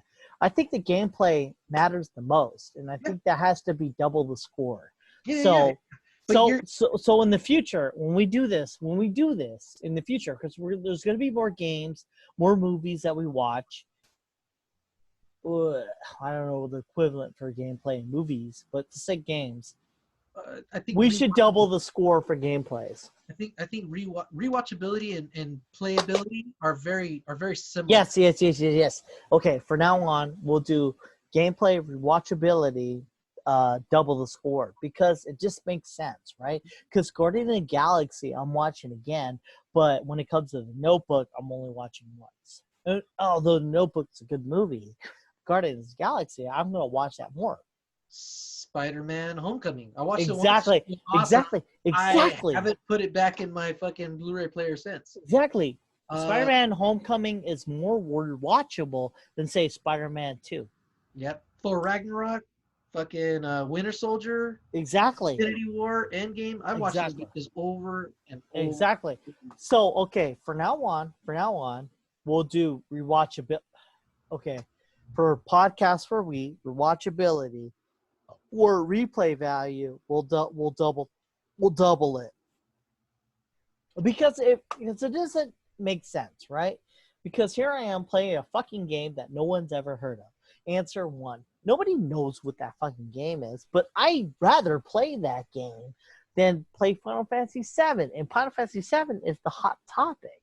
So here I am, me being a nerd, jacking off, eating Cheetos in the basement of my mother, and I'm like, what do? I'm watching these 2 fucks talk, and they're saying that Armored Core Answer 1 is way better than Final Fantasy VII. And I'm like, what? That doesn't make sense because I'm so freaking retarded and I jack off all the time. What the fuck how was Answer 1 so much better than Final Fantasy VII? I think that we should create a double score just for that. For now, because this is the beginning of a PodcastForWe. This is the beginning. This is our 3rd episode, and we're like, this is a review of Final Fantasy VII. We're going to say the double. Right now, we're going to stick to the scores that we have, and I did the average or whatever because I want to do the math because I'm drunk. But for now on, when we do replay of movies or replay of games, we should do double the score. We should just say out of 1 out of 20, or should we No, you keep it out of 1 out of 10, but you times 2. It would end up doubling in there. It'll pull the average up. Yes, it'll pull the average up. All right, cool. Down. if you do it the way I'm telling you, Yeah, because because if it's a 2, if it's a 2, it goes in there twice. yes. You know? Because So, some things suck where we're like, yeah, a game can look awesome, but just ugh. yeah, I don't want to mess with this shit. Yeah, no, I agree. So, all right. So, what we got here is we rated Final Fantasy VII Remake. We got that at an 8.25 Eber. We got a 7, me. I'm not going to do the math for the both of us, but if you agree with Eber, it's a great game. If you agree with me, it's average because I think 7 is an average. What do you think? 7 sounds like an average score. Or are you asking me or are you asking your viewer? Sorry. No, in general, it's up to the viewers. It's not for you. Oh, well, that's what we have. What do you think? I meant to say, I meant to create this opportunity to talk about it. I only think that Final Fantasy VII Remake is the way it is because of the COVID-19. So you think that the level of success that it's having right now has to do with the fact that everybody's at home? Yeah, because, okay, for instance, what other game that had hype around it came out at that time? I mean, you're right. I mean, I can't think of anything else right now. And then it got me thinking, Final Fantasy VII, when it came out, PlayStation 1, what games came out? And I looked it up. Nothing. Well, I also think it's the excitement that, because I never played it. I knew about it. It was, Yeah. but I didn't have a PlayStation 1. You know, I was still stuck on I agree. 64. I agree. So, yeah, I knew about it. I heard about it. My friends talked about it. They said how awesome it was, but I never experienced it. But I think that whole generation that did, okay, Star Wars Episode 1, highly successful, right? Yeah. Not good. Yeah, I agree. Anyways, I agree. I watched it twice in theater. So, if you grade it on its merits, it wasn't that great of a movie. But then again, all of us fanboys that were eager for that nostalgia, that wanted to see those fucking lightsabers go, and see Obi-Wan, alive and well, we all got really excited about it and went and watched it and said great things about it. And then as we got older, we were like, Jar Jar Binks. I know, right? It's like midi-chlorians. Yeah. You know. Yeah, you know what though? I have to say that 7. I don't think the remake. I don't think would have made as much. Say Call of Duty and Ghost Recon, those 2 new games came out when Final Fantasy 7 came out, and Destiny 2. Let's say Destiny 2. If those 4 games came out, Final Fantasy 7 would have been left in dust.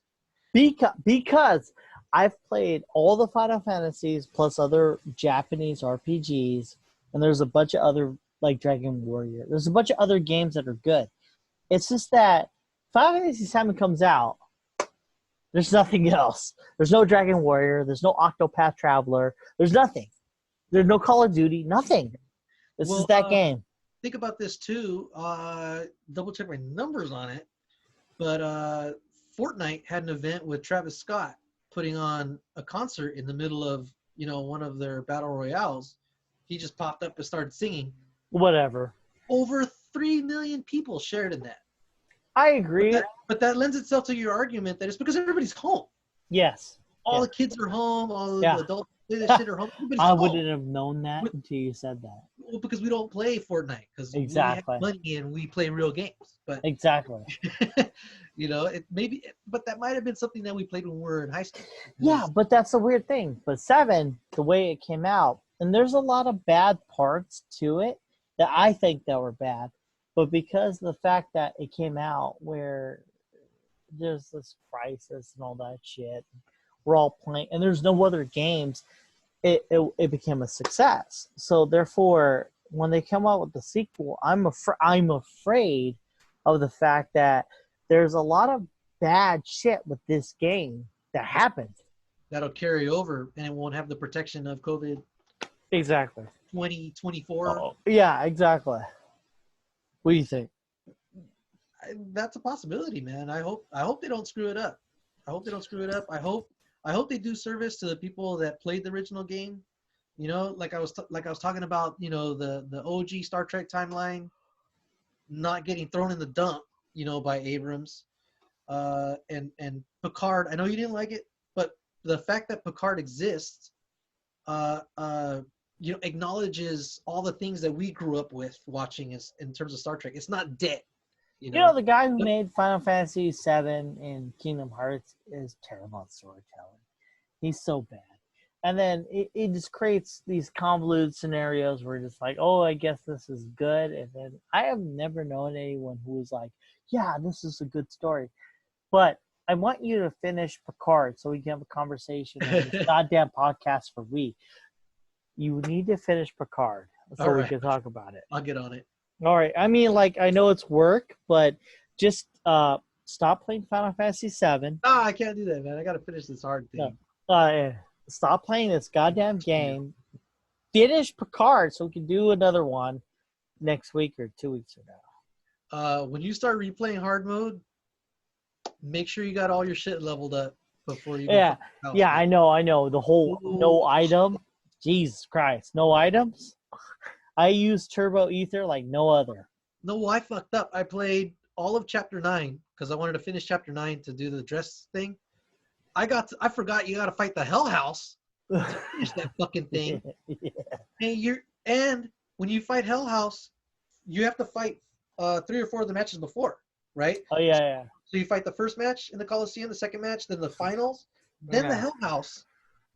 By that time, you don't have any more MP, and you can't leave to do like any of the side stories or anything. That's if you use MP. I'm all about staggering. Like the 90% of the game that I play, I'm all about staggering. MP is not a thing. And the problem is I didn't have my guys leveled up all the way. It's not about leveling up all the way. It's about the strategy of not using MP. My MP, I mean, yes, Magic is cool. But most of the game that I play is all about staggering. Well, my problem is I didn't think that far ahead. So when I finally got to Hell House, each of my characters only had like 30 MP left. I believe it. I was fucked. If you're fucking relying on magic, that's what's going to happen. But if you're relying on focus, anytime the word focus happens, and then whatever the attack is with each character, you're all about staggering. Focus, blah, is all about staggering. So, like, whenever you're fighting a person, if each 3 of the characters are about ATB up, you know, right, and then focused attack, like Barrett's focused blast isn't about doing damage. It's about it's about staggering. So 90% of the game is about fucking staggering. So if you're focused that way, other than magic is cool, but when I played this game beginning with, it was all about staggering and then using magic. Staggering. Well, that's where I fucked up. I mean, I was just ripping through people with magic. I was like, and then I got to the Hell House and I was like, oh shit. And I didn't have a game save at the beginning of all that to go to because I was saving at the end of each match. I agree. And you know what? A lot of this game, I didn't understand a lot of it. I just assumed from when I was playing, I was like, it's all about staggering and then doing damage. Yeah, you're so if you design your characters to stagger, to do damage, then you'll do well. Because Hell House, by the time you hit Hell House, that's when you first use your magic spell. Yes. And then, you know, arcane arts and all that. That's and then really the only way to stagger the motherfucker. You have to hit him with the opposite of whatever he's using. No, you want to stagger him and then attack him with what he needs. I ended up having to look at videos, dude. I mean, to avoid a 1 hour battle, you got to stagger him with magic. Yeah. All right. You go with that. But focused attacks, all the focused attacks, create the stagger higher. See, I didn't develop those. And I know. But each character has the word focused. Something, and that is what creates your stagger, not the magic. I mean, yes, you're right. Right. Magic, of course, gets you to that point faster. But it's really the abilities to focus. And I figured that out before hard mode. I mean, that's where I got it all from. Yeah, But once I figured it out, I was like, oh shit, you gotta focus. So all 3 characters are supposed to be focused. And then what it is like, so you have 3 characters, right?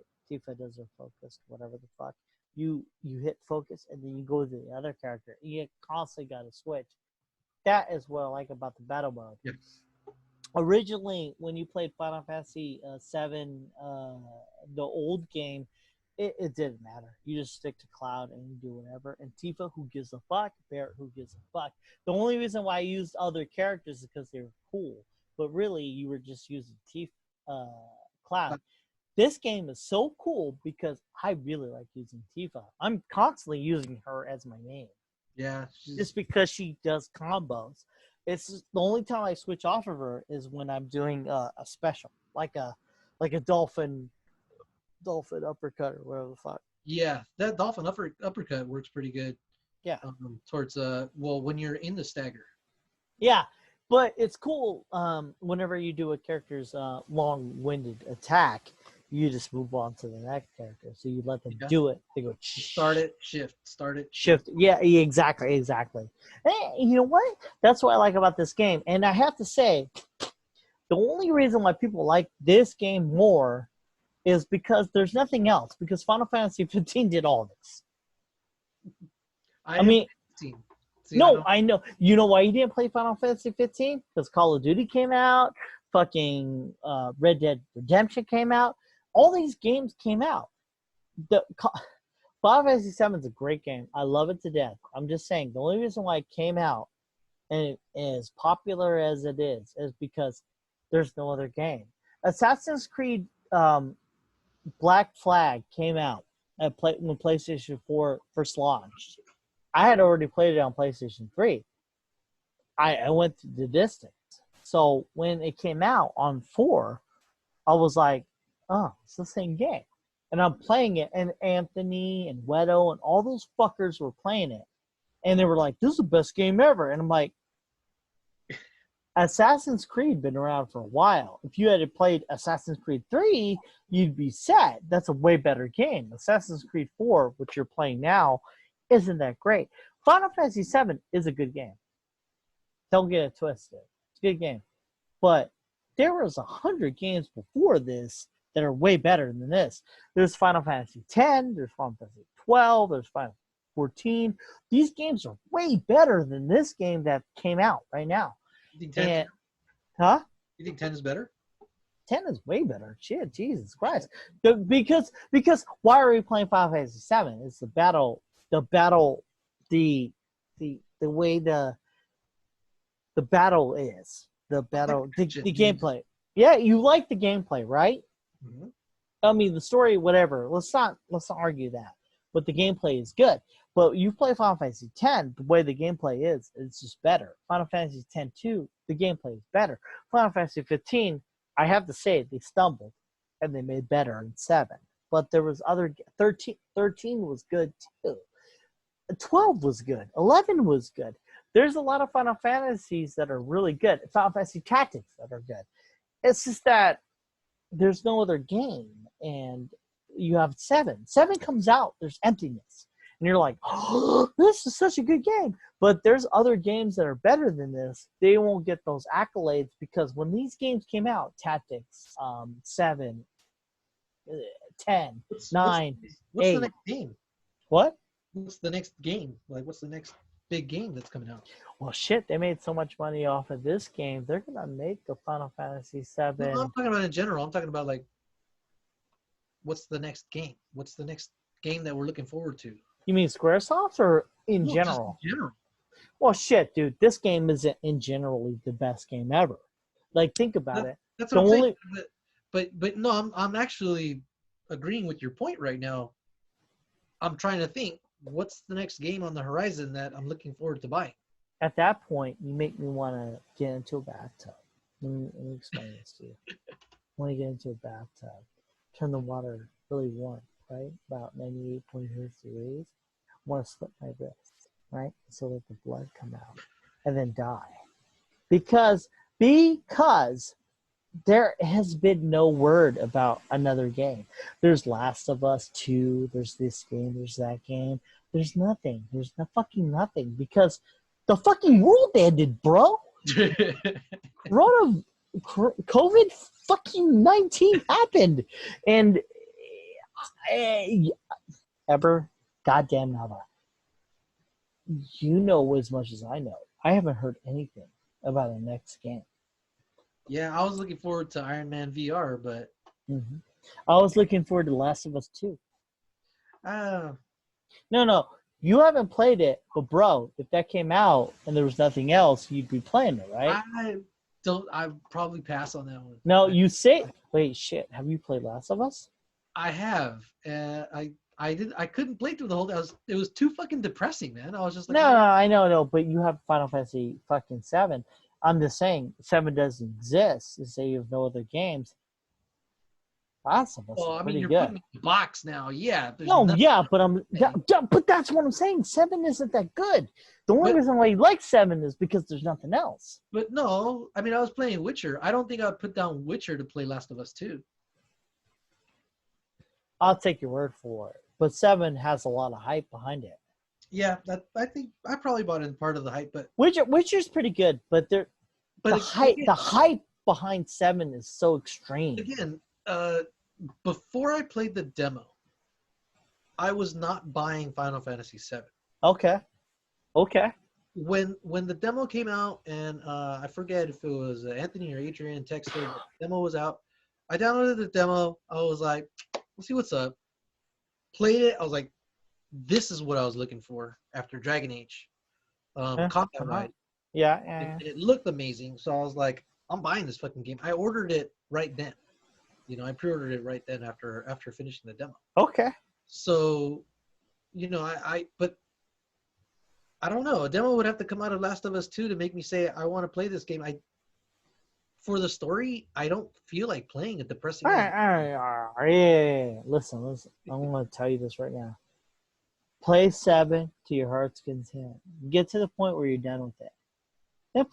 Then play this Last of Us. Play it. I mean, whatever version you need to get, ask me or Adrian.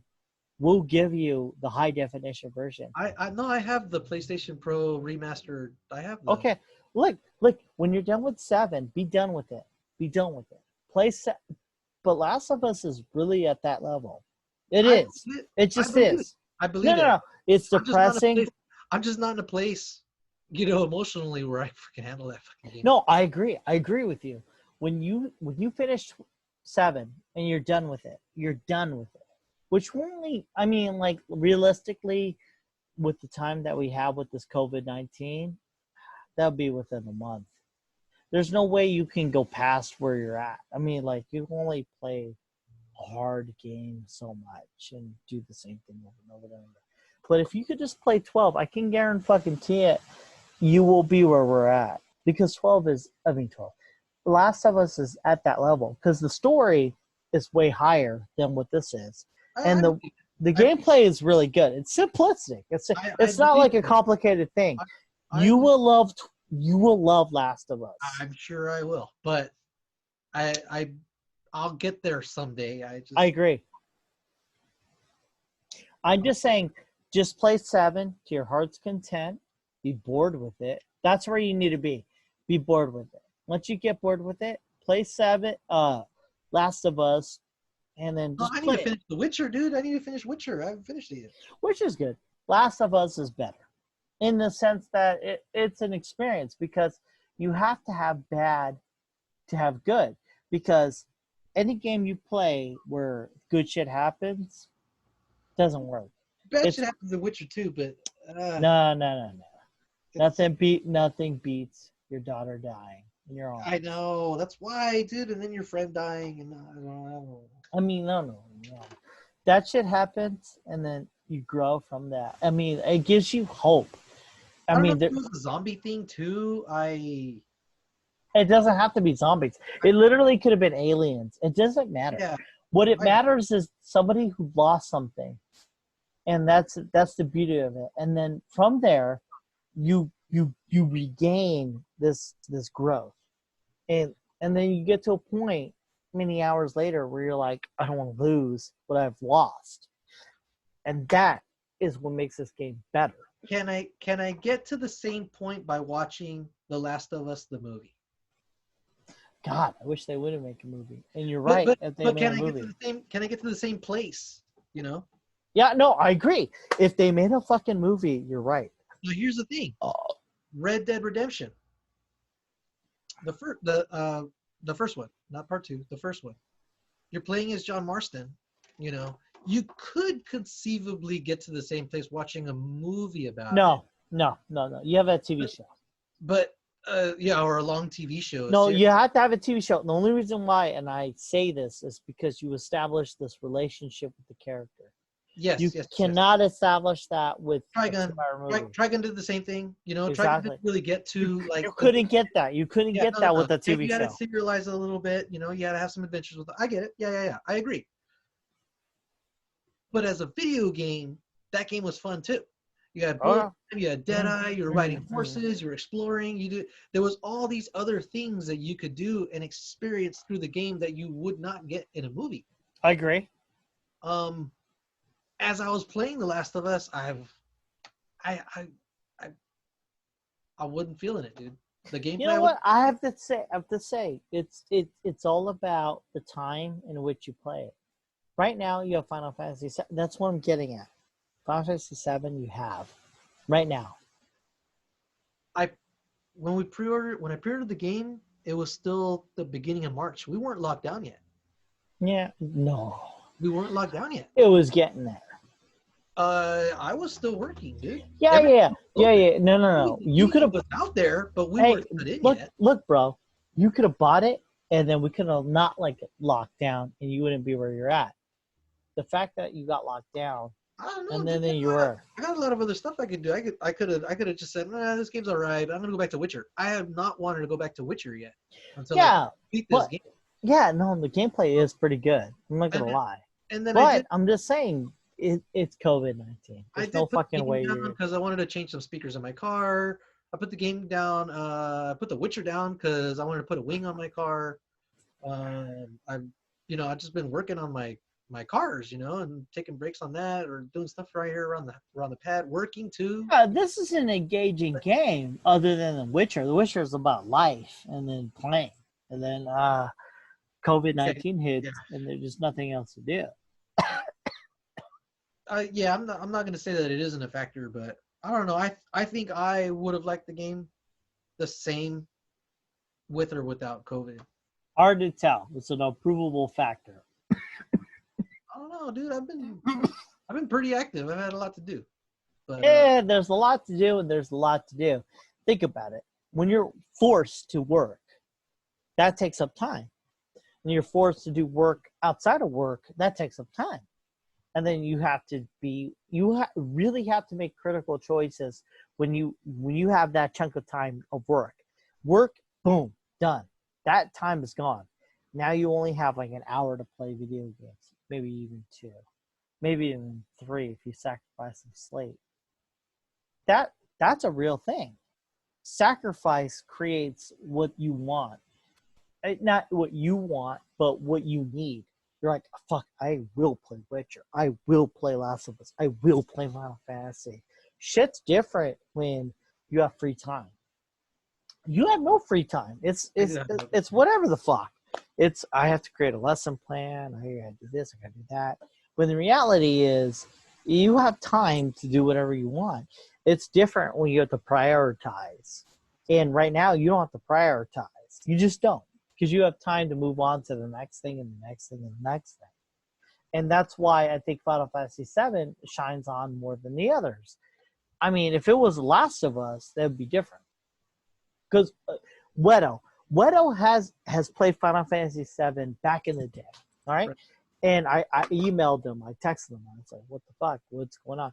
He says he's not playing this game because he has other games to play, because Final Fantasy VII really isn't a thing that is now.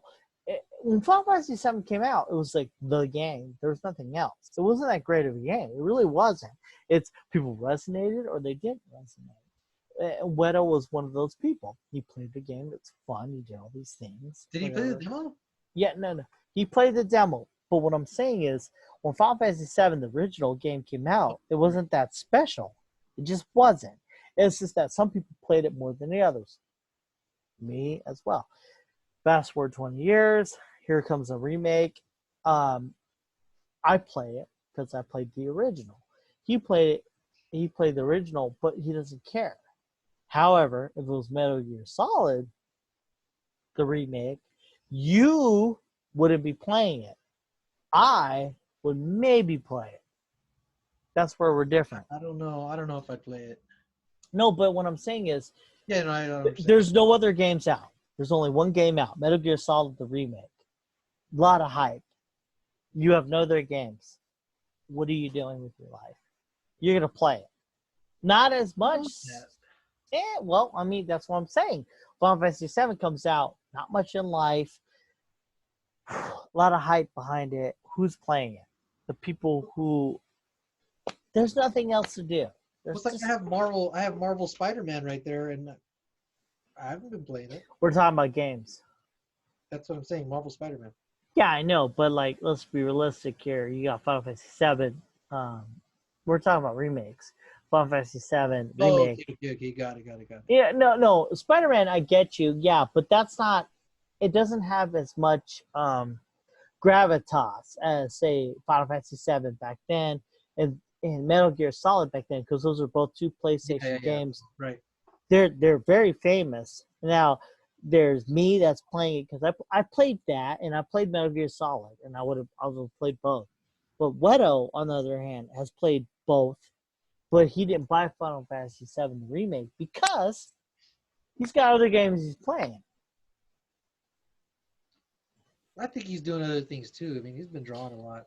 No. Yeah. But we play what we play. You know, right? If it was a good game of essence, of game of we got to play this game, he would have bought it. He didn't. The reason why he didn't is because it doesn't have that gravitas. Now, I have to say, if Metal Gear Solid, the remake, say that came out, you wouldn't have bought it.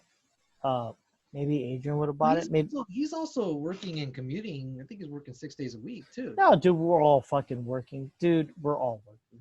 Banking. Anthony is a banker. Adrian has a whatever the fuck he does. You and me. We're all working.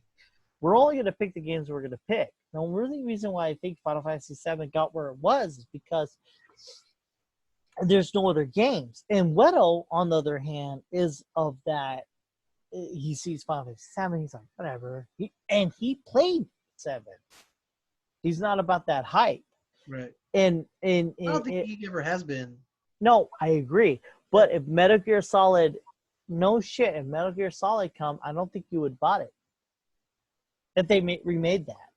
You don't think I would buy it? No, I don't think you would, because that's not your game. Yeah, no. I mean, I played 2, and I was...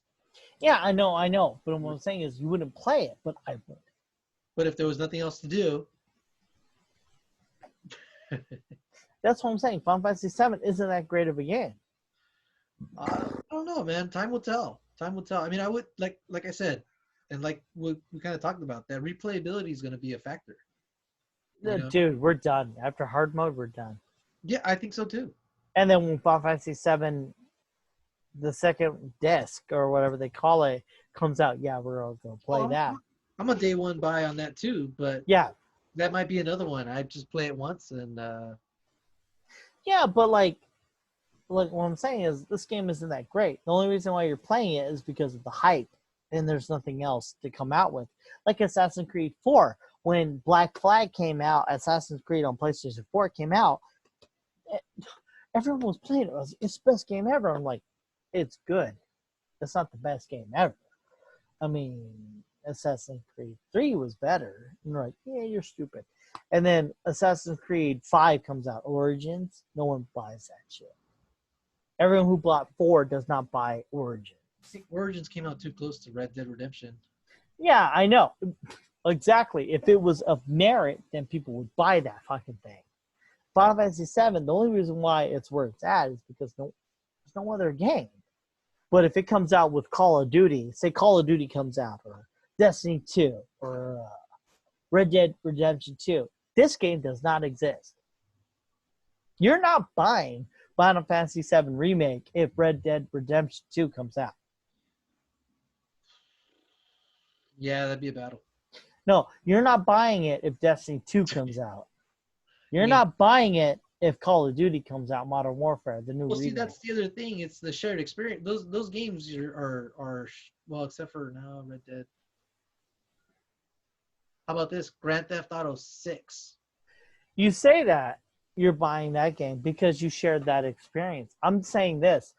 If for you particularly, I'm going to say if Final Fantasy VII came out and the remake of Armored Core First Answer. Armored Core, man. Exactly. It's not that good. Like, okay, so let's just say Anthony's playing, it's right? not that good, or Armored Core is that good. And no. I'm saying because if it's that good, every gamer that we know playing it, yeah. Exactly. So Anthony is living his life, living his best life, fucking everything. Final Fantasy VII comes out, and then Armored Core First Answer comes out. He's buying Final Fantasy VII because it's more popular. Okay? Let's just say Gran Turismo comes out, right? The remake. And everyone fucking played the goddamn game of that. If Final Fantasy comes out, he's playing Gran Turismo, period, bro. He's playing Gran Turismo. Call of Duty comes out. Final Fantasy VII comes out, remake. He's playing Call of Duty. That's just the way it is. That's why I'm saying Call of Duty isn't that great. I mean, Final Fantasy isn't that great. I mean, I love the game. It's who I am. I love the game. But I'm saying the only reason why people are playing it is because there's nothing else out there. Yeah, I mean, I could see that. I mean, I could see it would not be as successful if it weren't for COVID-19. Again, Exactly. The Tiger King analogy. You know? Exactly. Tiger King wouldn't be such a good documentary if it wasn't for COVID-19. Yeah, I mean, because they both have their faults, but again, I mean, that's not to say that it's not a really good game. Yeah, no. It's a good game. It's just that there's better games out there. Like Final Fantasy X is a better game to fit than this game. Final Fantasy 12 is better than this game. I didn't finish 10, but I got over 10 when I hit that chocobo field or that fields of whatever. I was like, I'm done. Yeah, you know? I hear you. But I'm saying is I was 19 years old, so that. I know, but like let's say COVID-19 happens and you have Final Fantasy 15. No. I almost vomited when I said that. No, say you have COVID-19 happens, you have Final Fantasy 7 remake, and you have a Final Fantasy 10 remake. 10 is better. It just is. Final Fantasy 12, it's just a better game. 13 is a better game. It's a better game. These are better games. But why would you rate 10 better than 7? Because it has a better story, it has better gameplay, it has better side missions, it has better everything. Oh, shit. It just does. It's just that 7 comes out, it's a remake, it has that fluff to it. Everyone's going to play it. But 10 is just better. Like, story-wise, the reason you're playing the fucking game, it's just better. There's nothing better than I have to kill the bad guy, and when I kill the bad guy, I'm dead too. And then the main character is like, wait a minute, wait. I love you. What are you doing? Wait, why are you dying? You held this back from me? I wouldn't have killed the bad guy if this was a thing. You're dead. I'm going to hug you. Oh, wait, I can't feel you. You're dead. That's a big deal. I mean, there's nothing worse than the main character dying to kill the main bad guy, and he knows it, and the other main character's like, wait, I love you. Where are you going? Wait. Oh, I knew it this the whole time. If we didn't kill the main bad guy, you wouldn't die. Are you giving shit away for me? Huh? Are you ruining shit for me? Yeah, dude, I'm speaking very vaguely. I'm just saying that. But I know stuff already. No, you don't. I'm just saying, like, nothing beats sacrifice to do the greater good. I mean, that is a thing that exists, and then creating that that what is the greater good. I mean, like from beginning to end, it creates this whole who you love and what you do to love. I mean, like if you don't kill the main bad guy, do you love that person? Because like the person you love, you will do anything for them, you know. And if you don't kill the main bad guy, I mean, it's like that's pretty extreme. This shit, Final Fantasy VII is more about if I kill the bad guy, that's it. You know what the fuck? It's not even the same thing. You know that doesn't exist in any story that you've ever heard of. Where if I kill the main bad guy, it shows that I love you, but at the same time, I lose you. I mean, that is reality. That is the quintessential love. I love you. I have to lose you. I mean, that's fucking extreme. I'm trying to think of. I'm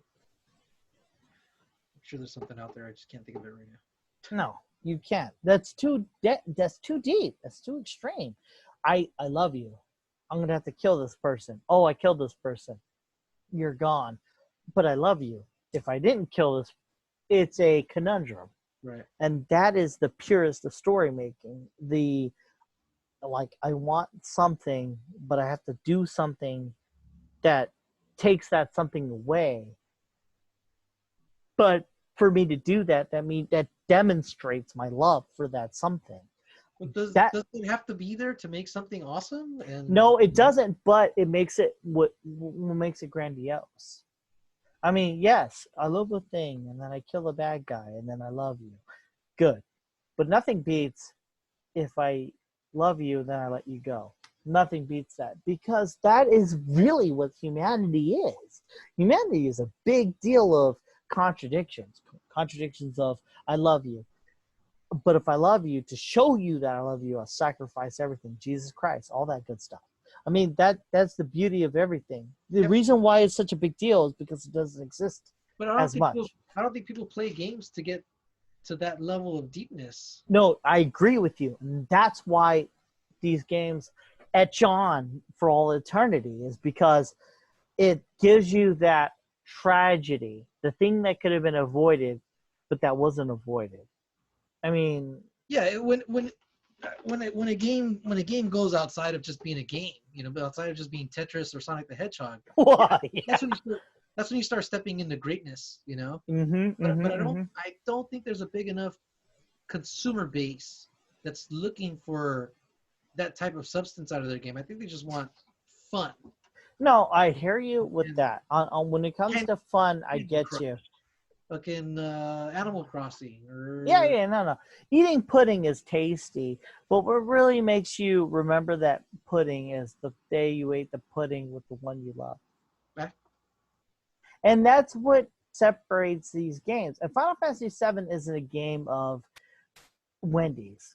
It's a game of Wendy's with the person you loved on the day of your dad dying, but you still found love. I mean, that is the thing, the quintessential thing that makes these games live for eternity. Final Fantasy VII isn't Final Fantasy VII. I mean, like, we're not talking Tekken, we're not talking Street Fighter, we're not talking about some fucking game.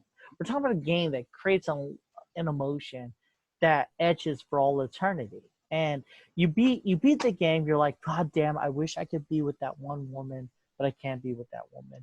And then you have this remake. And then you're like, holy shit, there's a chance. And that's what keeps you going to the second game. And then probably the third game.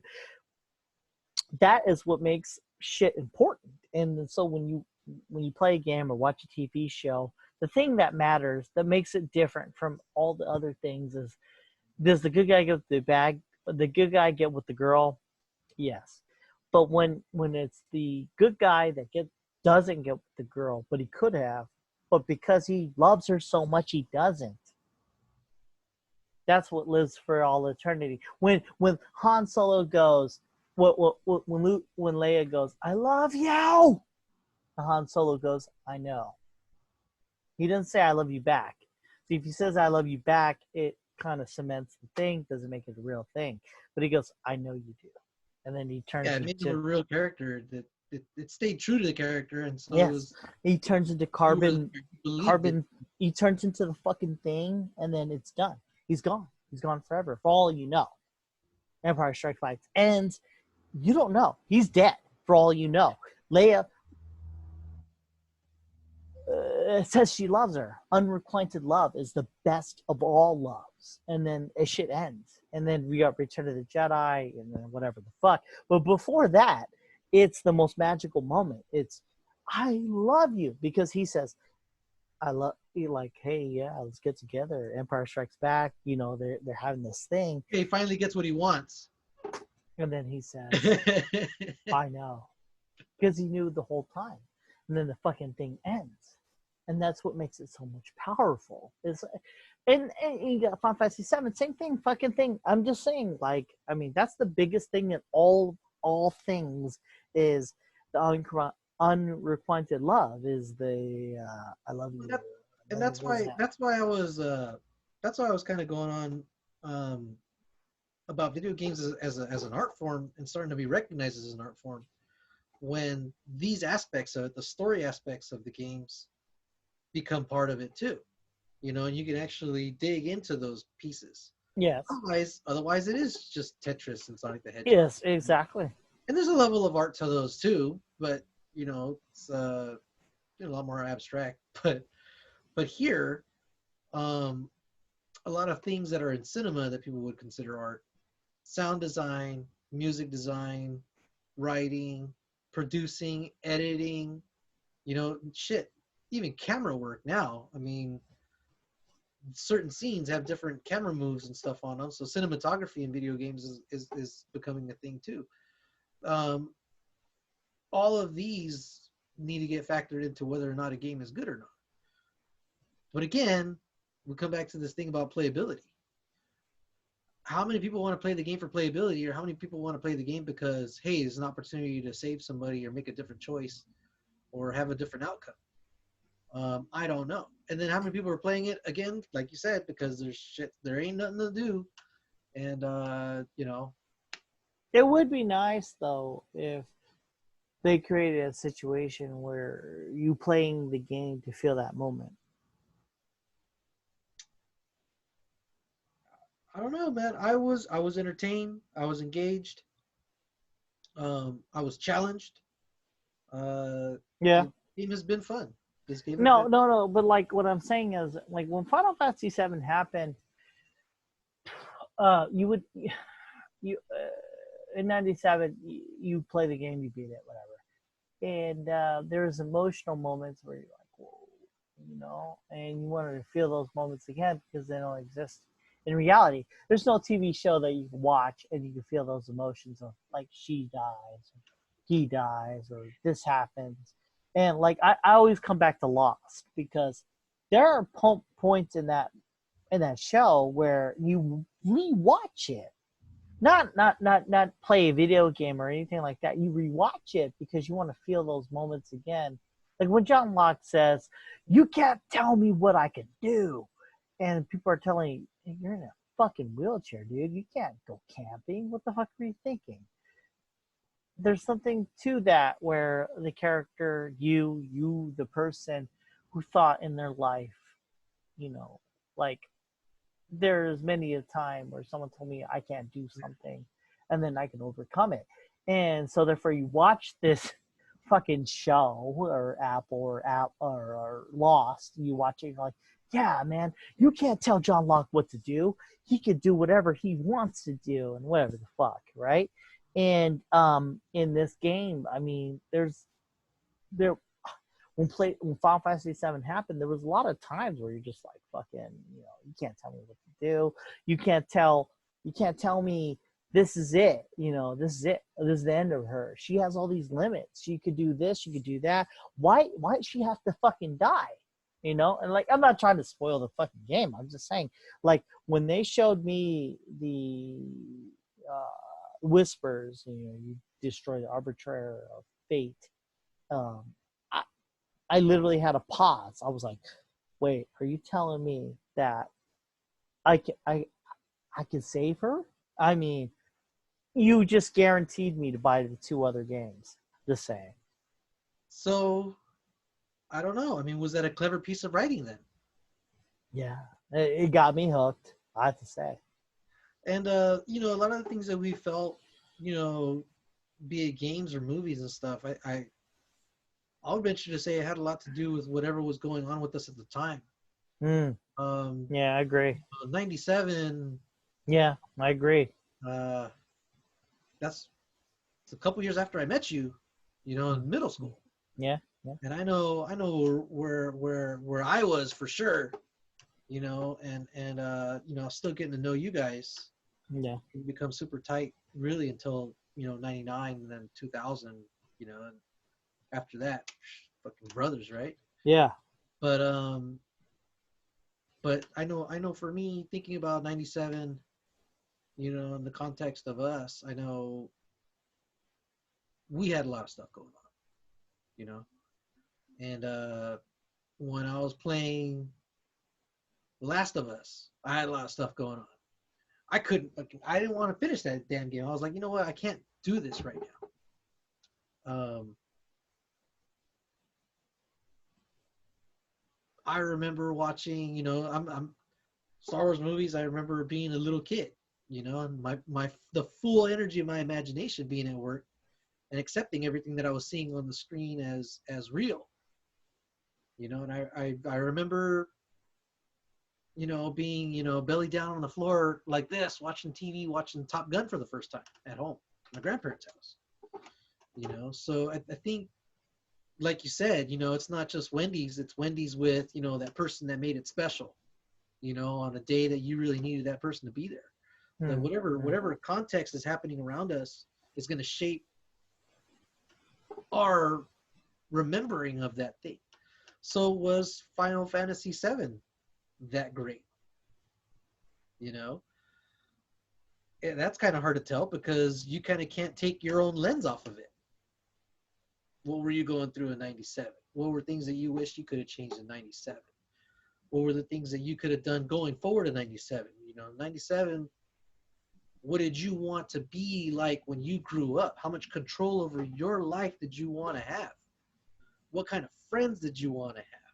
You spent 3 discs in that fucking game and who knows how many hours developing all those friendships and stuff, longing for maybe that to be the way it is. And I think a lot of the people that bought the game were probably about our age. I mean, I think we're in that key demographic for this damn game. That was the game back then. Again, probably the only reason I didn't play was because we didn't have a PS1. Yeah. So yeah, I think that has a lot to do with it too. That's crazy that you just summed up our whole life experience to who we were at the time to play the game. And I'm like fucking punching you in the face saying this is who we are now and what this game is. And I'm like, right now I'm explaining that at this time, 2020, the only reason why this game is good is because of who we are now. If 100 games were coming out or COVID-19 wasn't a thing, this game wouldn't be where it's at. But in 97, where it was at, it's who we were. I mean, the games weren't coming out. I mean, there's not that many games coming out. It's who we were at the time. Well, think of 7 also. I mean, we were kids. We didn't have a whole lot of money to spend on this game or that game or that exactly. game. We got the one game. We had to choose the one game, and that's it. That was it. That was our own COVID-19. Literally nothing else to do because you blew your wad on one. Yeah, that's game. it. That's it. It's not like Final Fantasy 7. When Final Fantasy 7 Remake comes out, say there's 6 other games, we're buying 6 other games. Hey, we got the money for it. Yeah. If we have the freedom financially to do it. If we had the freedom right now to do other things, I'd be at the beach or I'd be, I was going to go to Disneyland, man. Dude, really? Like, if this, I'm telling you, that's my thing is that if this game came out when, like, say COVID-19 wasn't a thing, if this game came out, we wouldn't be playing this game as much. I would probably play it, but not with the fervor that I'm playing it right now. Yeah. No, but seriously, we wouldn't be playing it as much. Like, things would happen. Like, life is a real thing. You know what I did this weekend? I watched all 4 Lethal Weapon movies. Oh my God, that feels good. You made my heart feel good. Fuck yes, dude. Every single one of those movies awesome. Feel good. Feel Yes. good. From 1 to 2 to 3 to 4. They feel good. Yep. I hear the song in my head as you say it. Yeah, Eric Clapton jamming on it. You know, and it was like spending time with old friends. I know, right? You know, That's what it feels like when we talk about, when we do this podcast and we talk about things. It really is Lethal Weapon 4 when you say, are you friends? No, we're family. yeah, yeah. At the very end. I mean, just, and then when Jet Li's like, his brother dies, and he's fucking pissed. And then when Mel Gibson looks at fucking homeboy, he's like, look, that guy's How do you do with the pissed. thing with the gun? How do you do the thing with the gun? How do you do that? He's all. The only "You're reason why right. we're gonna fight is because I don't understand what he did with the gun. Let's go ask him." You know, they Yeah. have their own way of communicating. Oh, that was But- such a good but- movie. But again, you know, and I shared that with somebody. You know, I watched the 4 movies with somebody else, and they were like, "Oh my gosh, how could I have never watched these movies before?" Those are great outside of time. Yes. We'll have to see what happens with Final Fantasy VII outside of time to see if it holds up. Comparing those two things, Metal Gear Solid. I mean, Lethal scratch that. I don't know.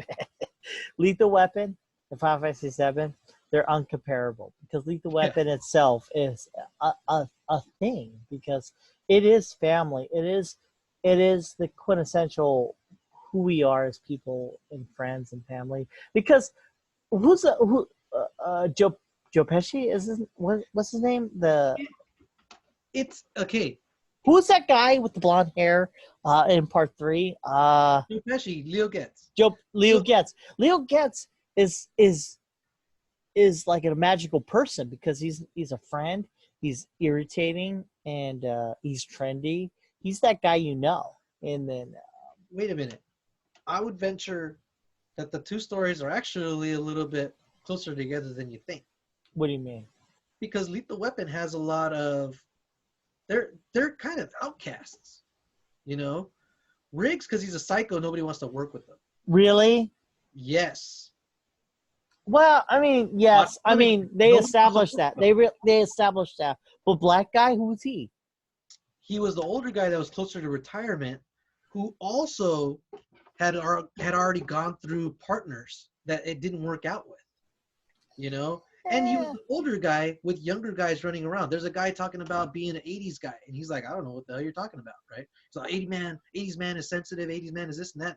And he's like, I don't know what you're talking about, dude. I'm old, I'm grown, I've got my family, you know, all you other dudes are. What I loved about it is that he was an outcast because back then, black people and shit, they were outcasts. And he was welcoming in his family. We're talking Lethal Weapon 1. Didn't welcome him at first. Yeah. No. In Lethal Weapon 1, he was an asshole too. He was his own person. He had a family. Yes. What's the black guy's name? Riggs, right? Dude, Mel Gibson was Riggs. No. The black guy. Danny Glover was Murtaugh. Murtaugh, yeah. Murtaugh was his own guy because he was black. So he was kind of an outcast in the sense that he was black. And he welcomed Riggs into his family, the suicidal motherfucker, into his family. He did. Eventually. In part 1, eventually. In part 2, yes. In part 2, it's more in depth where they're doing laundry and shit. In 3, it gets even deeper.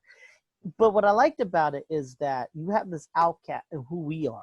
Where you got the outcast, and you got this whole family dynamic where you accept the even crazier fucking person, because Murtaugh was like a black guy in the fucking 80s, and in the 80s, black people are like where they're at now, and they were not as accepted, and so like he was like fucking like offensive and shit like that, and so you have this fucking white guy doing ninja. Well, that's what I'm saying. It maybe not outcasts, but more misfits. Yeah. And misfits grow together. People that don't fit into conventions who find each other. Yeah. And become really tight. Yes. Yes, that's why we fucking resonate with that movie so much.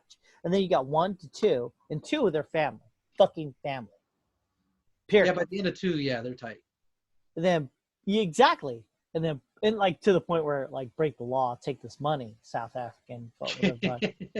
And then part 3, they're fucking lovers, if anything. And then Leo gets in there, and then you're thinking, how can you make this deeper than it is? Leo Getz is in there, and he's just a piece of shit white guy.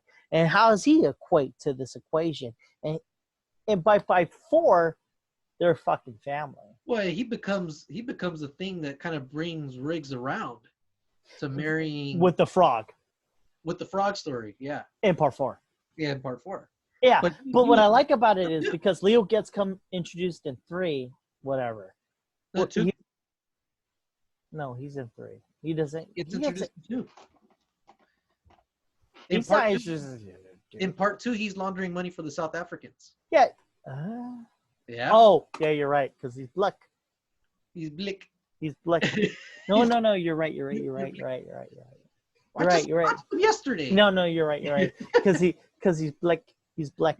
And I forgot about that part. I like Leo Getz. I like the whole thing. I like the whole camaraderie of I hate you, I hate this, I hate that, and then they become. You know what? The Final Fantasy needs to take a lesson from that, because these characters don't hate each other. They all love each other. It's kind of fucking weird. Like you have a ensemble cast. You should have a lot of hate between each other, and then that's what I'm saying about Final Fantasy. You got people that don't really fit into any conventions. Cloud was a soldier, but now he's not a supposedly soldier. Who's still a soldier? Supposedly, whatever, right? But he was there. Somebody recognized him. Whatever, right? He doesn't really. Yeah, it's weird. Okay. When that happens, okay. So in the last chapter, whatever the fuck, and the guy goes, "Cloud, we went to training together. What did you think about that?" The dude ran away. I thought, shit, we're gonna have to start fighting right now. Yeah, but like, what was the point of that? You don't know. Yeah, see, that was for us and not for you, and that's bullshit. That's what I think. Well, but it'll probably come up in the next couple games. Whatever. Fuck. I just think that they just wrote that shit in for me and not for you, and that makes me mad. Well, I mean, but the cast from Final Fantasy VII, a bunch of misfits too, that find each other. Yeah. And by the end, they're a pretty tight knit group. Yeah. And okay. now they're off in some kind of goal. Yeah, they really pushed on the Jessie. Jessie wasn't as fucking flirty as she is in this game. Is Jessie dead? Well, okay. Do I not want to know? Well, in 7, in the original game, I don't know what this would be revealing. She does die. They all die. In fact, the fact that what's his name's alive, not Wedge, the fat guy, but the Biggs. Biggs is dead too, but he's alive. So when he was alive at the very end, I was like, I think that was a hint to people that had watched it before that this is different now. Yeah, yeah. When I saw Biggs, I was like, he's alive, and I thought it was ham-fisted because they were creating scenarios in which it was just too much. Like, I'm like, what the fuck is Jessie, a slut or something? Like, she was so deep into Cloud, and then like she dies. I'm like, oh, okay, I get it. But then when I saw Biggs alive, I was like, ugh. Well, shit, is Jessie alive too then, or what?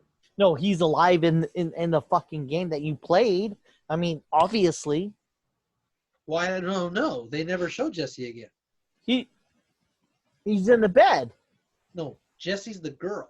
Oh, I mean Biggs. Biggs is the dude, the cool looking dude.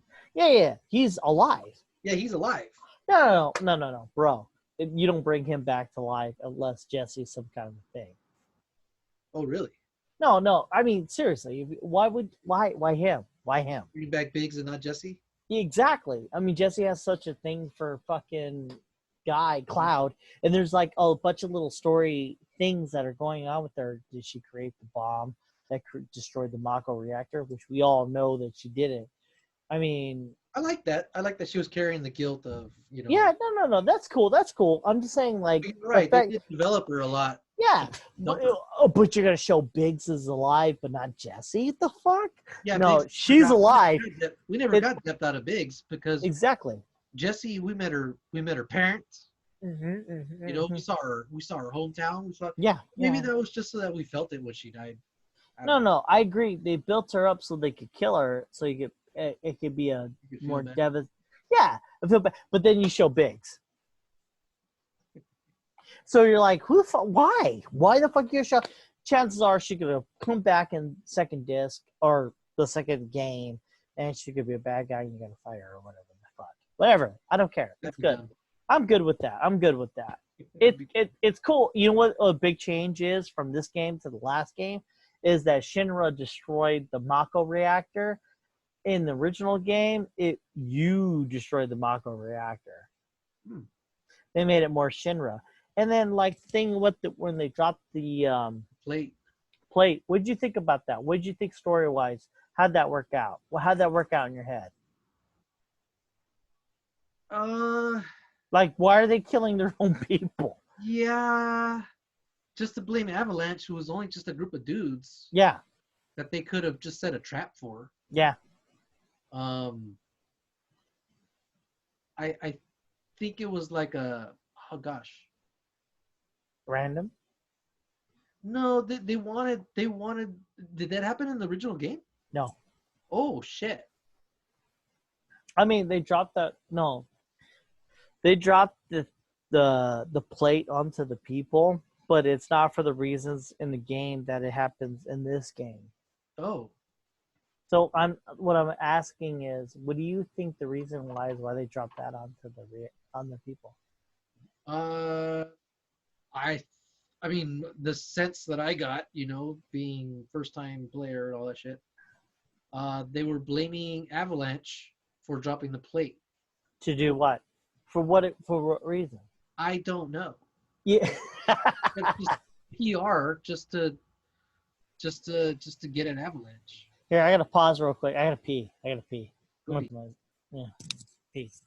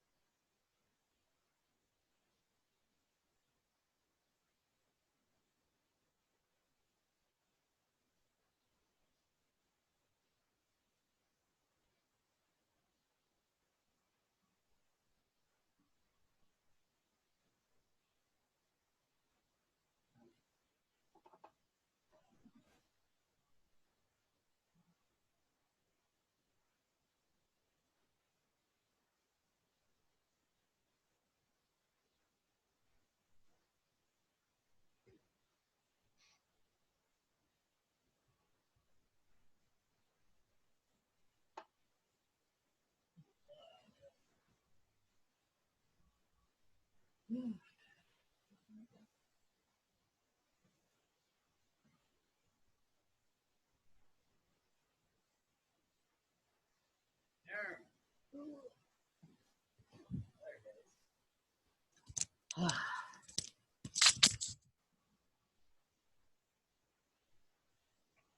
up?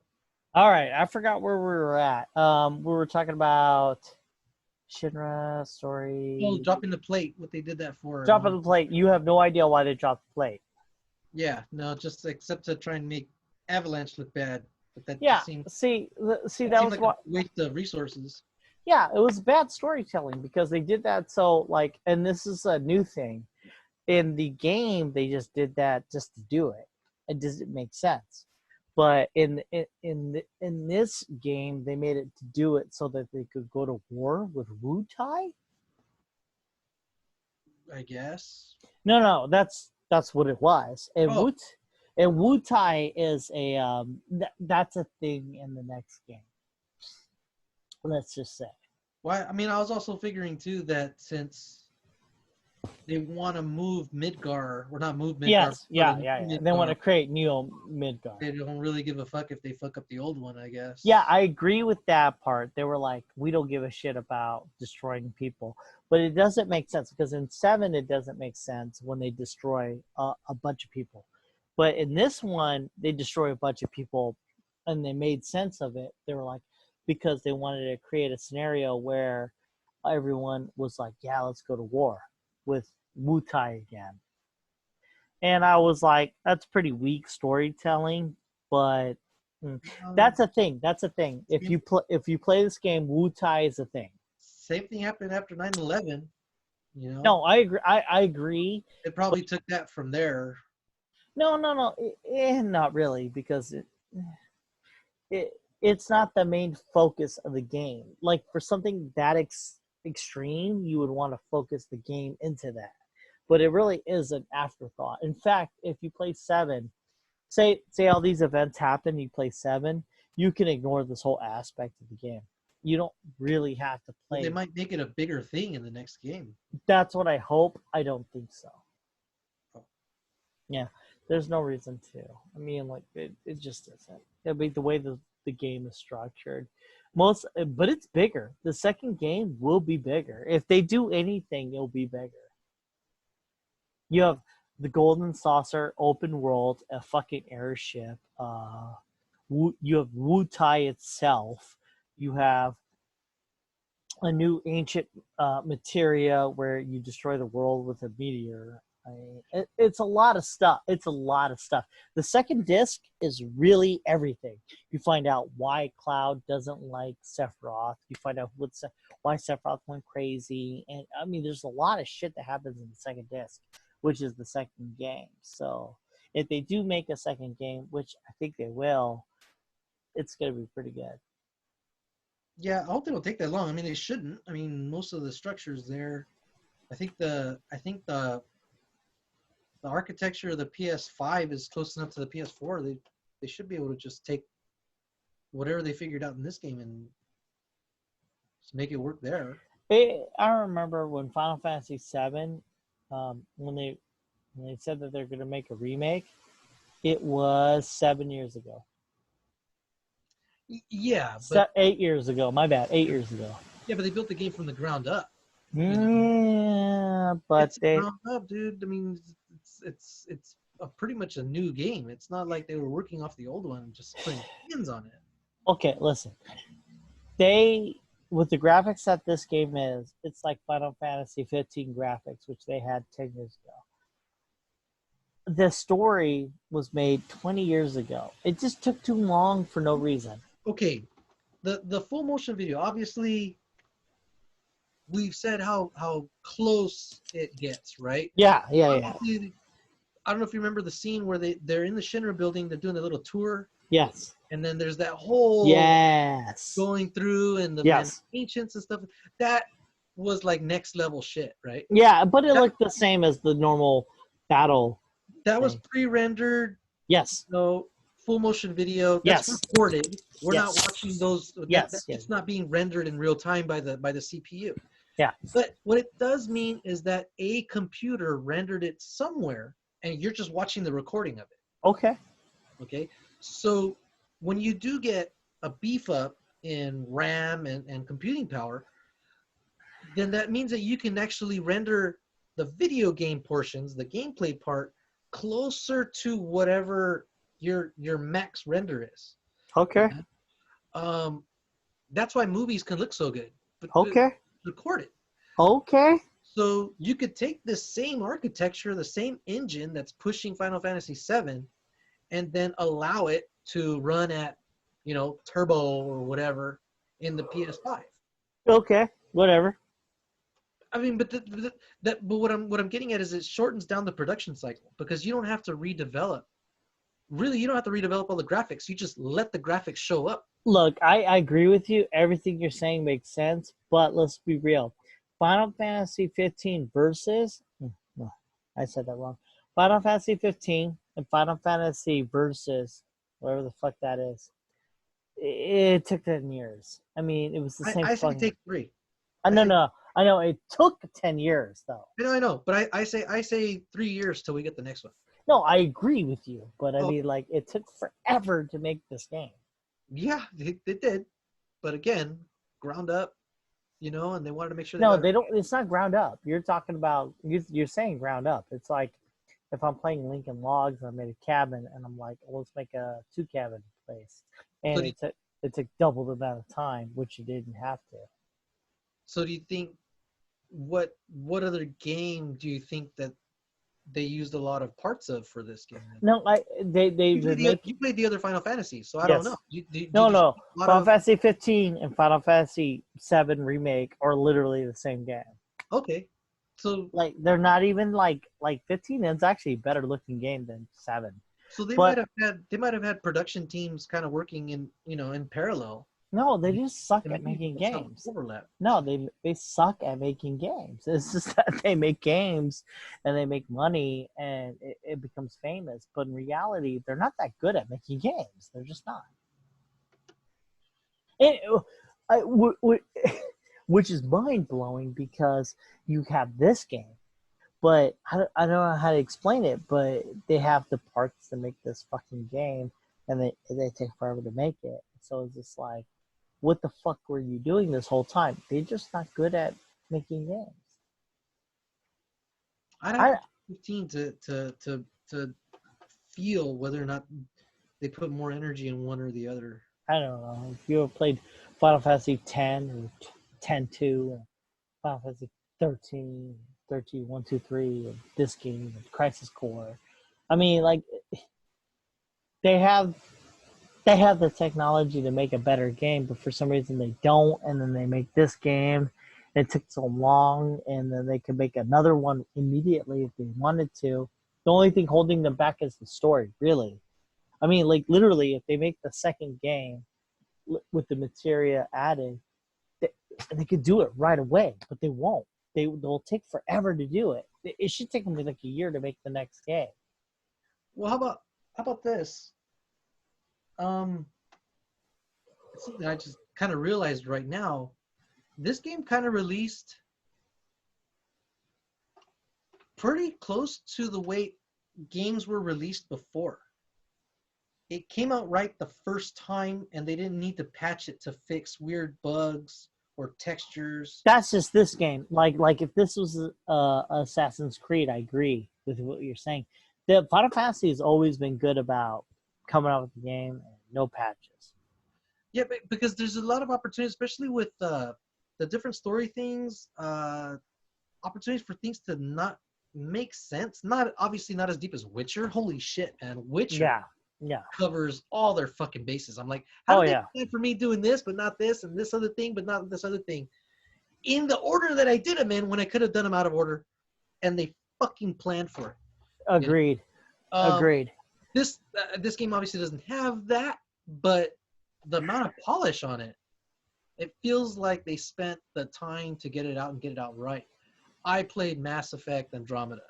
Yeah, that's pretty bad. Yeah, I mean, glitch-wise. I wish it had the same level of polish that this game had, because I played it once, and then all these patches and stuff came out, and I really didn't feel like playing it again, because of the bad taste in my mouth from the first time. Yeah. But I mean, I just got to give Final Fantasy VII Remake that credit right now. I mean, just having that level of polish. I agree. Those are two different things. That's just like family A is better than family B. I mean, it's just the way it is. It's just that, with little things like the story, how they make it's just cool that they made a story for me, and the door is open for everyone else. So I think things are going to be a lot different now than what it is for me back in the day. But see, it still makes it important for me too, because there's value in you having played 7. I agree. Worse would have been if this was the exact same fucking thing. You know what? That's the thing I didn't even think of. I didn't think that if it would be the same exact game, would I be angry? And I think I would have. But the fact that they opened the door for a whole new reality, even though there's bits and pieces, I mean, even though the destiny will change. Still applying value to the time Exactly. you put in 1997. I agree. Again, I agree. I hate to come back to this, but it's just acknowledging that the time that you spent with it in 97 is still important. It's not unimportant. And yeah, for me to get the full experience, I could either play the original 7 or I can read about it. That's the beauty of this game. Or Kevin, how about this? I can ask you about it and you can teach me about it, and I can learn something from you that enhances my game experience that I just had right now. And vice versa. The fact that you haven't played it, I can ask you questions and be like, wow. Because, like, okay, for instance, there's a lot of things where I'm like, whoa, well, this was for me. What did it do for you? And then you have a different outlook that I was like, oh, I didn't know that. And I'm like, or it's like watching Star Wars with somebody, episode 1, 2, 3, 4, 5, 6. And actually growing up with Anakin, and following his story. Could have been better done. I would have liked a little bit more Breaking Bad. I agree. Good guy becoming a bad guy, obviously, but still, bare bones. You're growing up with this kid, you met him and he was innocent and cute and whatever, and then by the end he's killing younglings and becomes the biggest bad ever, Mm-hmm. And you're sympathetic towards him maybe the entire time, in 4 and 5. And then ultimately 6. Was the payoff different? So yeah, I think there's something to be said about experiencing it both ways. And I kind of like this idea that they're still valuing the time that you spent with the game already. They're not saying, hey, you know what, everything you knew about before, fuck it. That's out the window, it's trash, it's garbage, we're starting brand fucking new. Yeah, they didn't really shit on the fans who liked it before, and they didn't shit on you, who were the ones who played it, outright. All in all, it was a pretty good game. My only gripe is the story. Everything else is pretty good. I can genuinely tell that you like the game. That is the ins and outs of Final Fantasy VII. Really broke down every concept that there is of this game. Big picture wise, yeah. I mean, no, just in general. We went all the way. We went from macro to micro. I mean, like, dude, we went from everywhere, dude. I can't think of a thing that we didn't break down. Holy shit. We went from gameplay to, I mean, the materia system is, like, not a thing to talk about because it is exactly the same as it was the original, except for they just added words to it. Okay. Instead of magnify, it was just all. All was everything. Instead of elemental synergy and all that, all was all. So pretty much everything is the same. I mean, literally. I mean, everything is the same. There's nothing different from the battle system. I'm happy with it. I feel like it was I'm getting my bang for my buck. Oh, yeah, you did. I have to say, for the amount of money you pay for the game, it should be worth more. Yeah. I'm good. I'm not regretting the buy. Yeah, I can't see why anyone would. I mean, this is not a bad game at all. Any stretch of imagination. I don't think it's the best game. I think it's a good game because of the COVID-19. I have to say, if COVID-19 did not exist and a bunch of other fucking games came out at the same time, we would be talking about Final Fantasy VII. Probably not. I would be the only one playing that fucking game because when 15 came out, I'm the only one who played it. Oh. Yeah, you're right. I didn't play 15. It came out, I got close to it, but I was like, man. Yeah, but you're not like a fan like I am. Like, I mean, like, you buy all the Ace Combats. I think I just ended up buying, no, not buying. I think I just ended up playing Dragon Age again. Exactly. And Dragon Age, I'm pretty sure Anthony's never played Dragon Age. No. And I'm pretty sure Weddle hasn't played it. No. So that's what I'm getting at. I mean, Final Fantasy kind of transcends only because of COVID-19. Yeah, we'll see. We'll come up with our new formula for calculating the games. No, that was good. I think the way we did it, we were good. Story, music, gameplay, overall. Yeah, but adding the weight to gameplay. The gameplay replayability. We will double that score, yes, and then we'll do that from there. But for now, you rate 8.25. Yes. Yeah. All right, cool. We gotta go because I'm tired. I gotta eat. Yeah. What time is it out there? 12:50. Fuck. 12:54. Yeah, dude.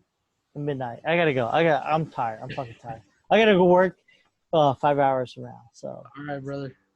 That was fun. Laters. That was good. It was good. Hey, it was good. It was a good podcast. That was good. They always are, man. They're always fun. Yeah, they are. Thanks for having me. All right, man. Take